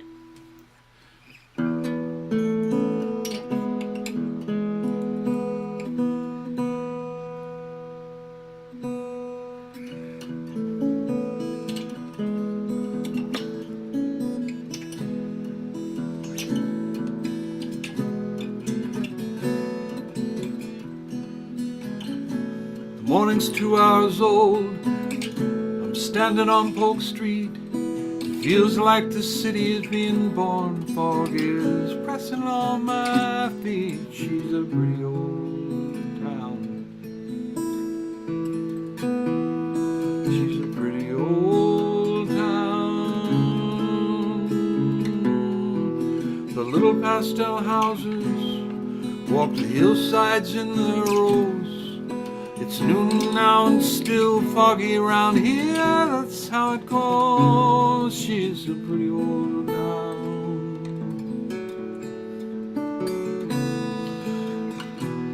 A pretty old town.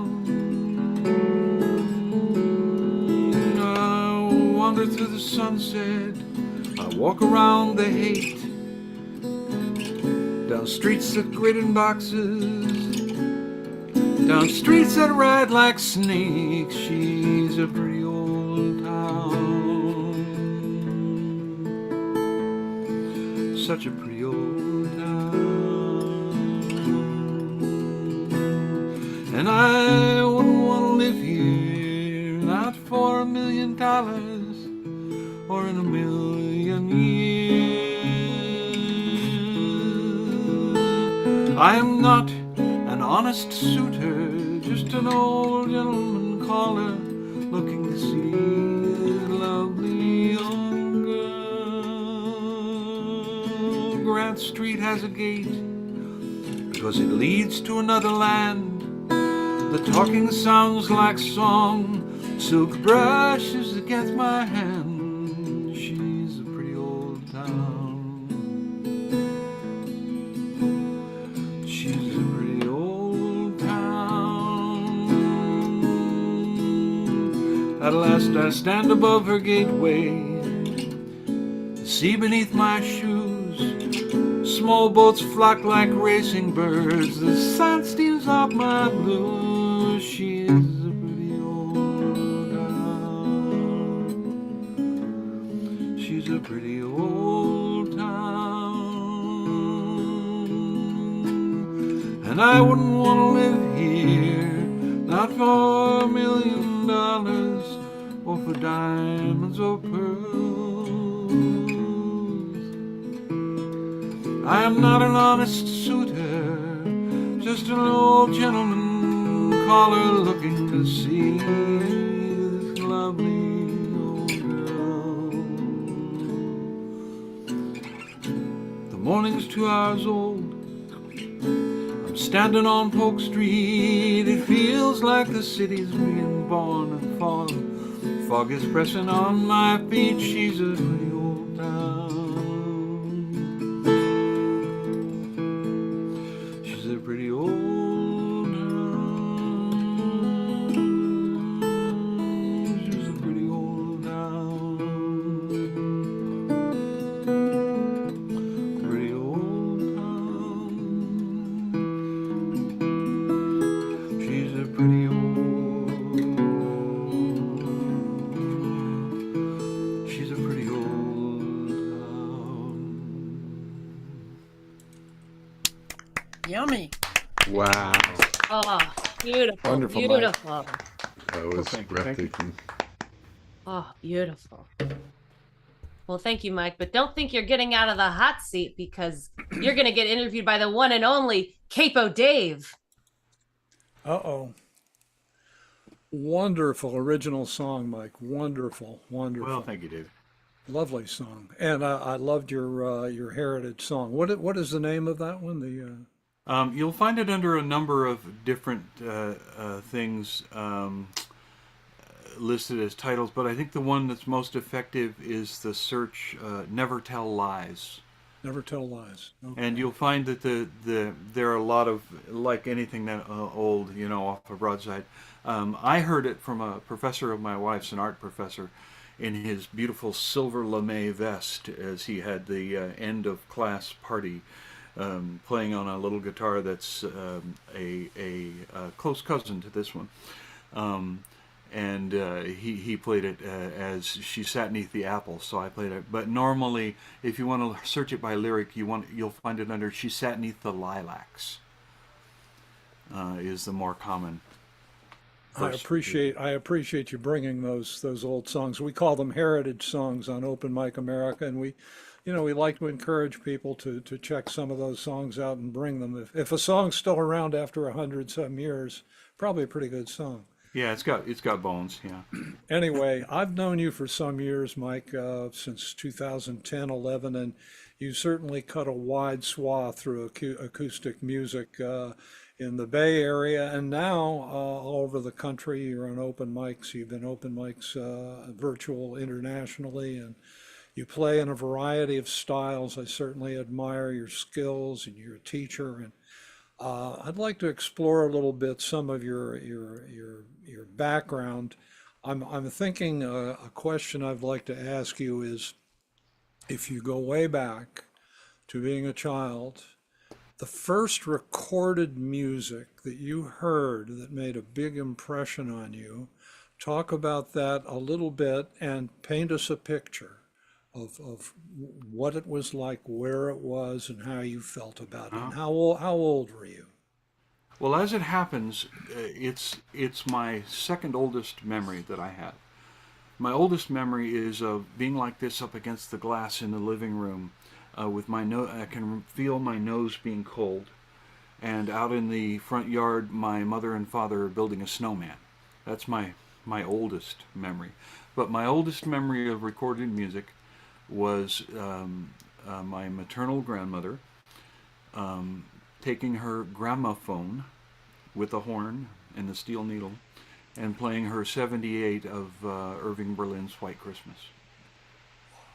That's a good one. Anyway, that's the oldest one. Okay, next question. And this would be moving down the road. Now you're maybe a young man, maybe in your teens or whatever. Think about seeing a live performance of a solo player that just knocked you off your feet. A particular one, and again, paint us a picture of where it was and what it was like. Well, I was, I'd have to look it up to tell you what year it was exactly, but it was two solo performers, and they played some duet stuff, but really it was James Taylor. I went to a club in Los Angeles. My parents took me there for my birthday, called the Troubadour, and I saw him play with Carole King there. Wow. And it was pretty much unmatched in my experience, except possibly for some classical music that was even more stirring that I heard, but earlier on. But yeah, that was something. And we had lousy seats. We were off on the wrong corner of the stage, except that I was in a position to see Taylor's left hand, and I'd been playing guitar at that point for probably 4 or 5 years, something like that. And so I focused on two things. I had had some vocal instruction, so I focused on the sound he was making and watching his throat and how he held his mouth as he sang and what chords he was playing for the various songs on that kind of stuff. I couldn't see Carole King at all. She was behind a piano. I just heard this, ethereal voice come up. Except for a couple tunes where she jumped up, got up and danced around while she was singing with James Taylor on that. But that's not the first performance I ever saw, but that's the first one that I can remember putting its stamp on me, to the point that I went out the next day and bought every guitar book of James Taylor's music that I could find. And that cuts the knees off my next question. What did you do next? Yeah, that's what I did next. Was I tried to learn his catalog. Yeah. Wonderful. And the other thing I wanted to ask you about, I've heard you play some South American music, and you talk about loving bossa nova. And just for a final question, how do you get exposed to that music? Is there a story behind that? Same parents. They were very good about taking me to performances. About a year after well, actually it was before, because I think the Troubadour thing is like in 1970, maybe something like that, or 69 or something like that. But a few years before, in 1966, we were in Boston visiting a relative, older relative, for whom I have one of my middle names is for Bob, for him. And he was going through terrible illness, cancer. And so we were in Boston, and they kind of didn't know what to do with me because I was very affected and I kept crying, and my father wasn't impressed with a boy who cried. So he said, well, let's find someplace to park him. And close by was a very small, for the people who were there, performance hall. And if I were to look at an old map of Boston, I could tell you exactly what it was, because it was just a couple blocks from the hospital. But anyway, they took me there, and my mother said, oh, Frank Sinatra. She was a huge Frank Sinatra fan, so she took me down there and parked me in the 4th row and said, I'll come back and get you, and asked the guy running the theater would he please call her at the hospital when the show was about to end, or so she could come pick me up. And I sat there, and he played with this. He sat on stage, and later on PBS sort of recreated this shtick that they used to do.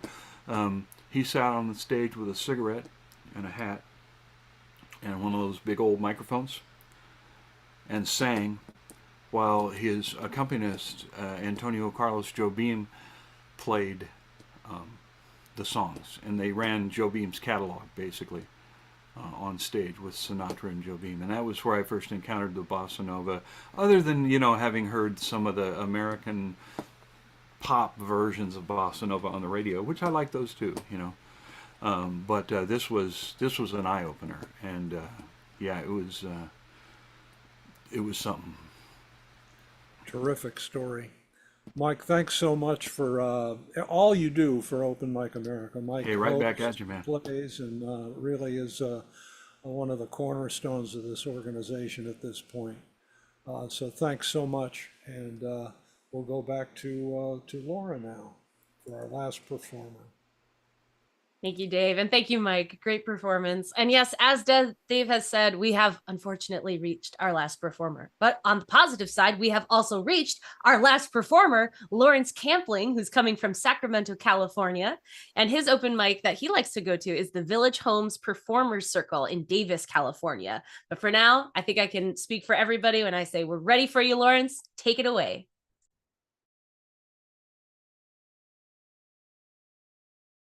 I believe you are still on mute. I am now unmuted. Awesome. How do I sound? Sounds great to me. Levels are good? Okay. So I'm going to play a couple of originals tonight, an old one and a newer one. This is the old one. It goes back probably about 30 years or so. It's called Trespassing.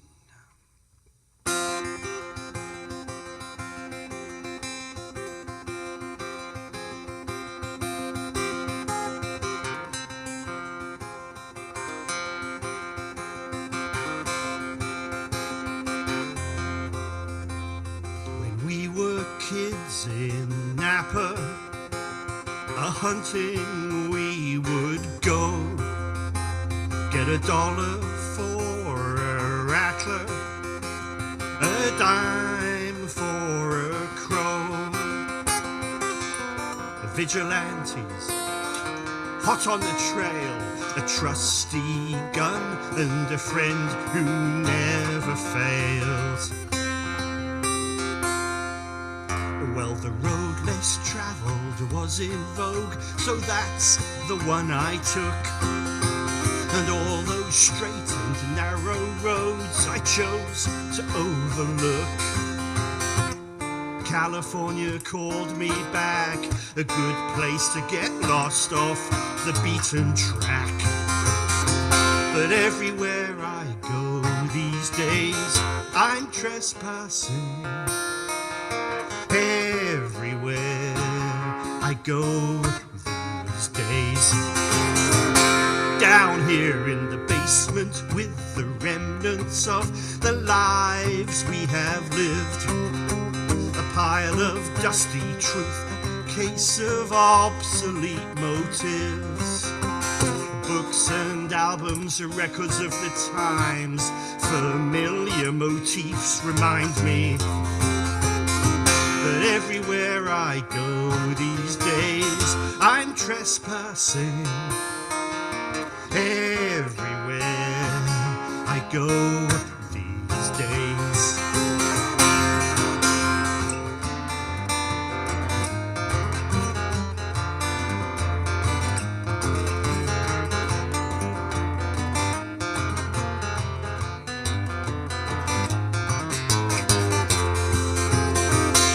Everywhere I go these days, I'm trespassing.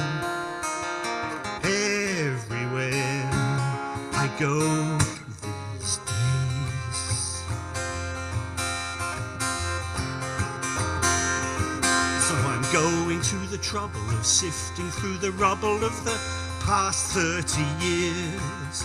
Guided tours of the ruins, eagerly pursuing souvenirs. A vigilante lost on the trail. The truth will out, you know, it never fails. And everywhere I go these days, I'm trespassing. Everywhere I go these days. Yeah, everywhere I go these days, I'm trespassing. Everywhere I go these days.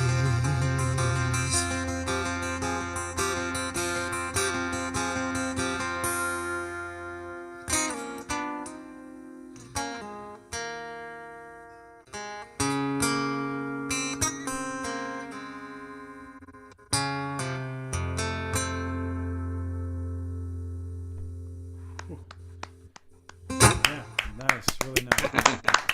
Wow. Hey. Yeah, nice, Lawrence. Oh, you've been muted again.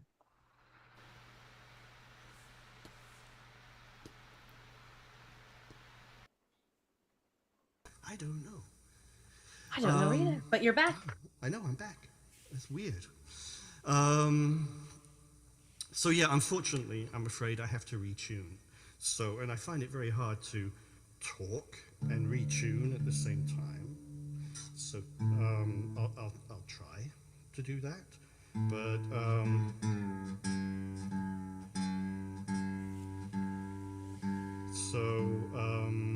I'll try to make this as painless as possible. So it's going to a D, G. I don't know what this is called, this tuning. Maybe somebody can tell me. D, G, B. Sounds like you're headed to open G. Is that what it is? Yeah, with the low D. Yeah, that makes sense. So this is a newer song. But not that new. I guess it goes back to around 2017 or so, when we were heading into a rather grim time.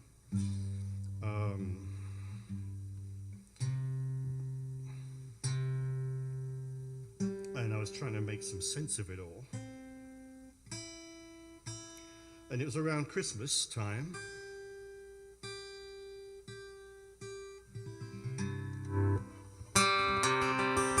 So it starts out sounding like a Christmas song, but it's probably the least merry Christmas song you're ever going to hear. And it's called Charity.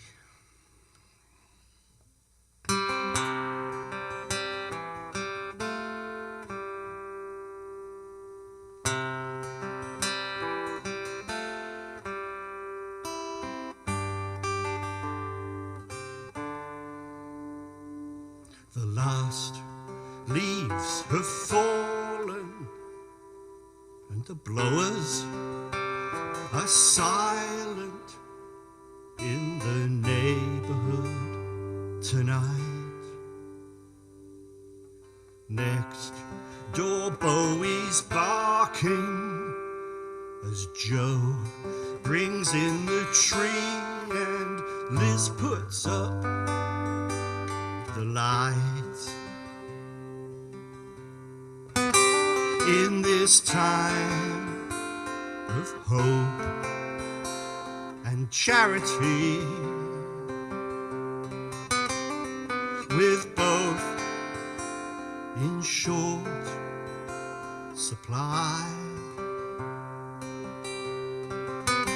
we're all searching for some guarantee, and time isn't on our side. Well, no man is an island, they say, so these walls will have to do. And once we're all inside, then you can pray for me, and I might pray for you. Oh, swing low, sweet charity, and lift us off the slope. Although we know there's no guarantee, we will always live in hope. It's not for the faint of heart in the land of the free, where all the breaking news makes for dark comedy. Unfortunately,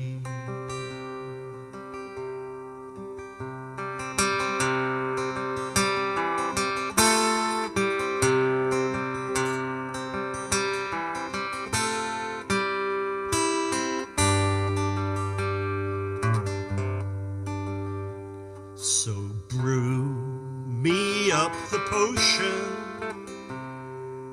I've heard opens windows in the mind. I'd like some indication there's more to all of this than meets the eye. Just one brief epiphany, if it's not too much to ask. I know that there's no guarantee, so it's payment in advance. It might be the universe in an atom I'll see,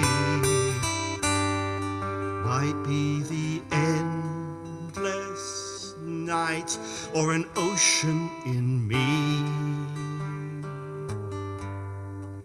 of charity.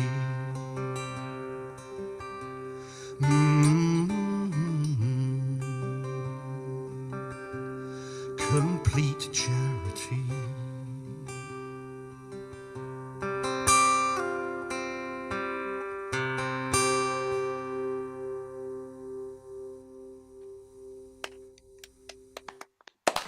Wow.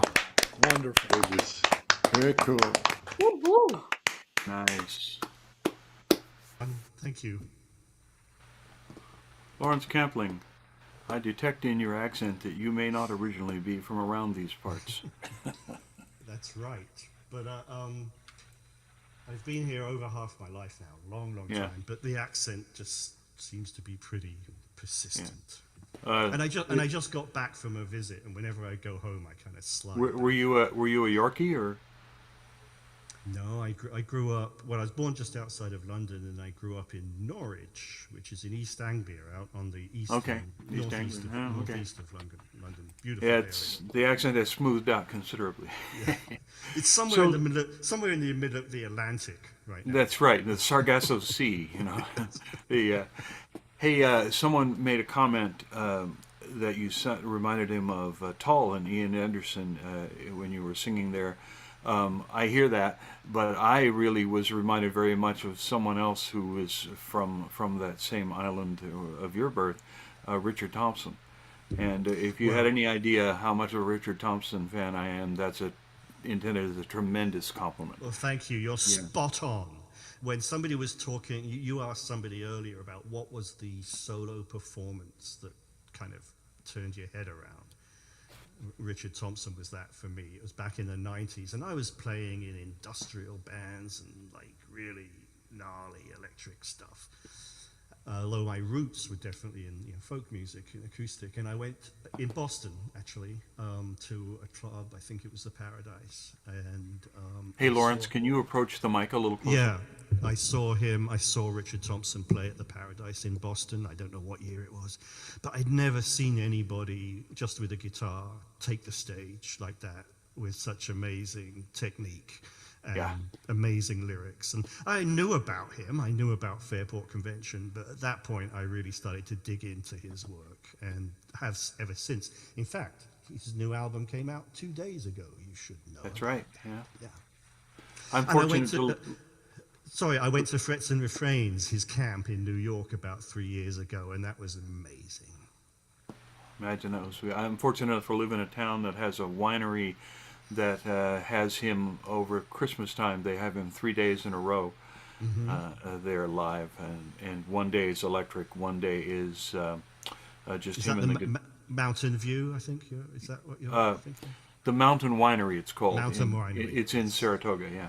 And and then the second day is him and the guitar, and then the third day is him and the guitar, but he passes outside among the crowd, and you can write down requests. Does these request shows? Yeah, and put it into the hat. And after about the second or third time I went, and I'll tell you later the story, bumping into him personally there at that, he drew out the song that I wanted to hear, and he read it out loud, and he looked out in the crowd and said, "No, Mike."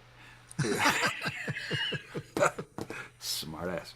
Anyway, so on to you. You've made a movie, I take it. Is that a different Lawrence Campling, or? No. I'm by profession. I'm a television producer and documentary filmmaker.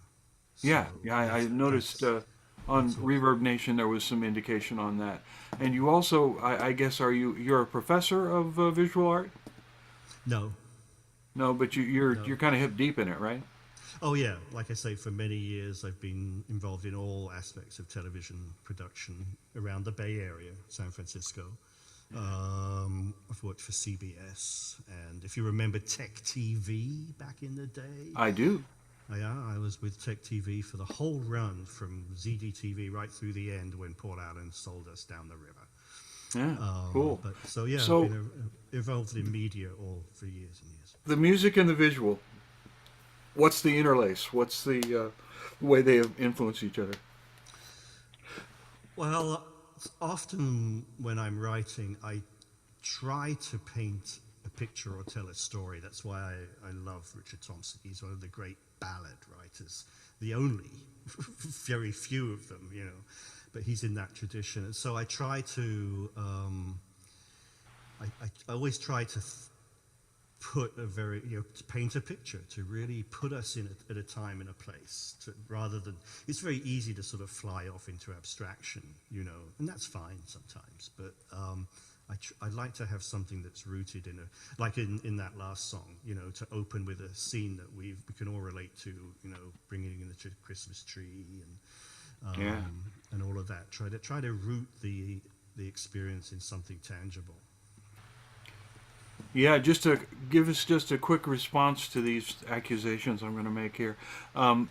Trespassing. It's what a potent song of loss. And again, very Richard Thompson like, rather holding up some bad behavior. What makes you tie those two together like that? What's the bad behavior, Mike?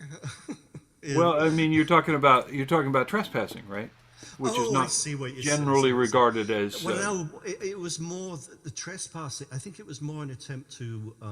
It was about how, when I came to America, I was looking back on it. I still can't kind of believe what I did. I hitchhiked across the country and down the coast and this crazy stuff, and I really felt free, like the world was my oyster, like I could go anywhere. But as you grow up, you take on more responsibilities, and that sense of absolute sort of freedom necessarily has to kind of go away.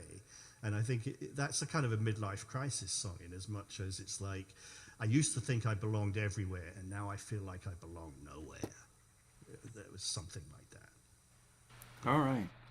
And the Christmas song, there is this class of song that I'm a great admirer, particularly of the ones that are about Christmas and other religious holidays and those kind of things, where the bright holiday or that the glowing idea is opposed by the observations in the lyrics. And I'm just going to say, I think it's a fine example of that kind of song. Really great.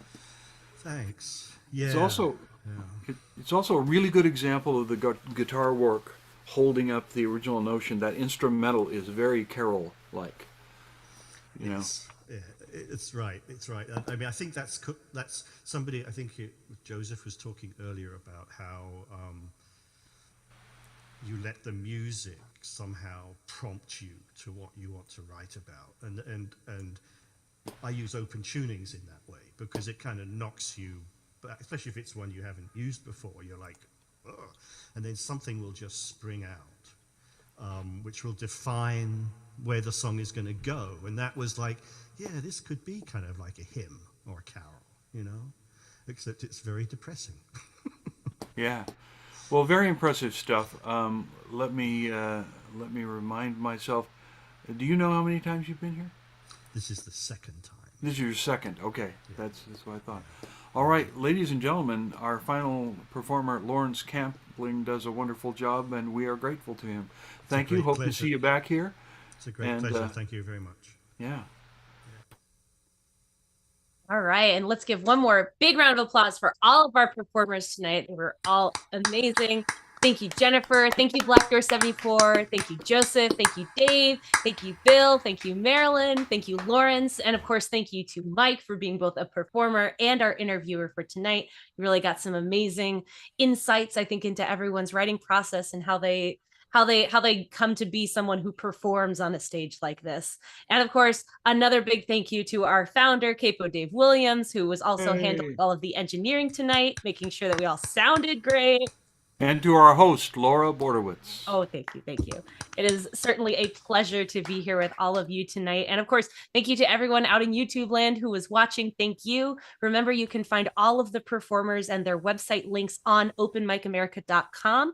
And you can also find archives of all of our past shows if you just need some more folk music to hear in your own world. But also remember that the reason Open Mic America is here is to support your local open mics. And we have a special tab on the website that has all of the local open mics that you can look on and see all of the different open mics that have been shouted out by our performers both tonight and in past shows. I guarantee you there's an open mic that's close to where you are that has performers just like this who are just putting their heart and soul out there and adding to that tapestry of music that we have.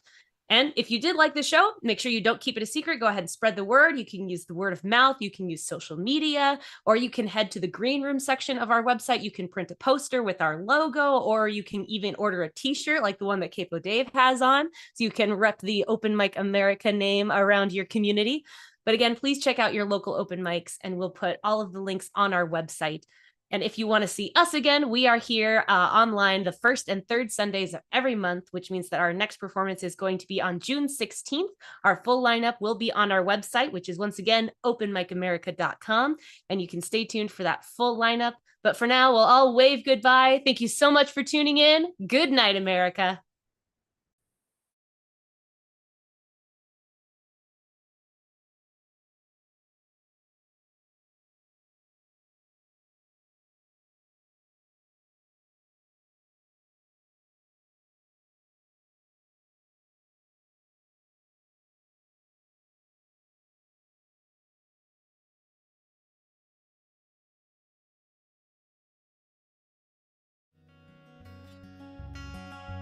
If you meet me at the corner of Russell and Albina, just about a block from Mississippi Avenue, I'll take you to a house where they hang carpets on the wall.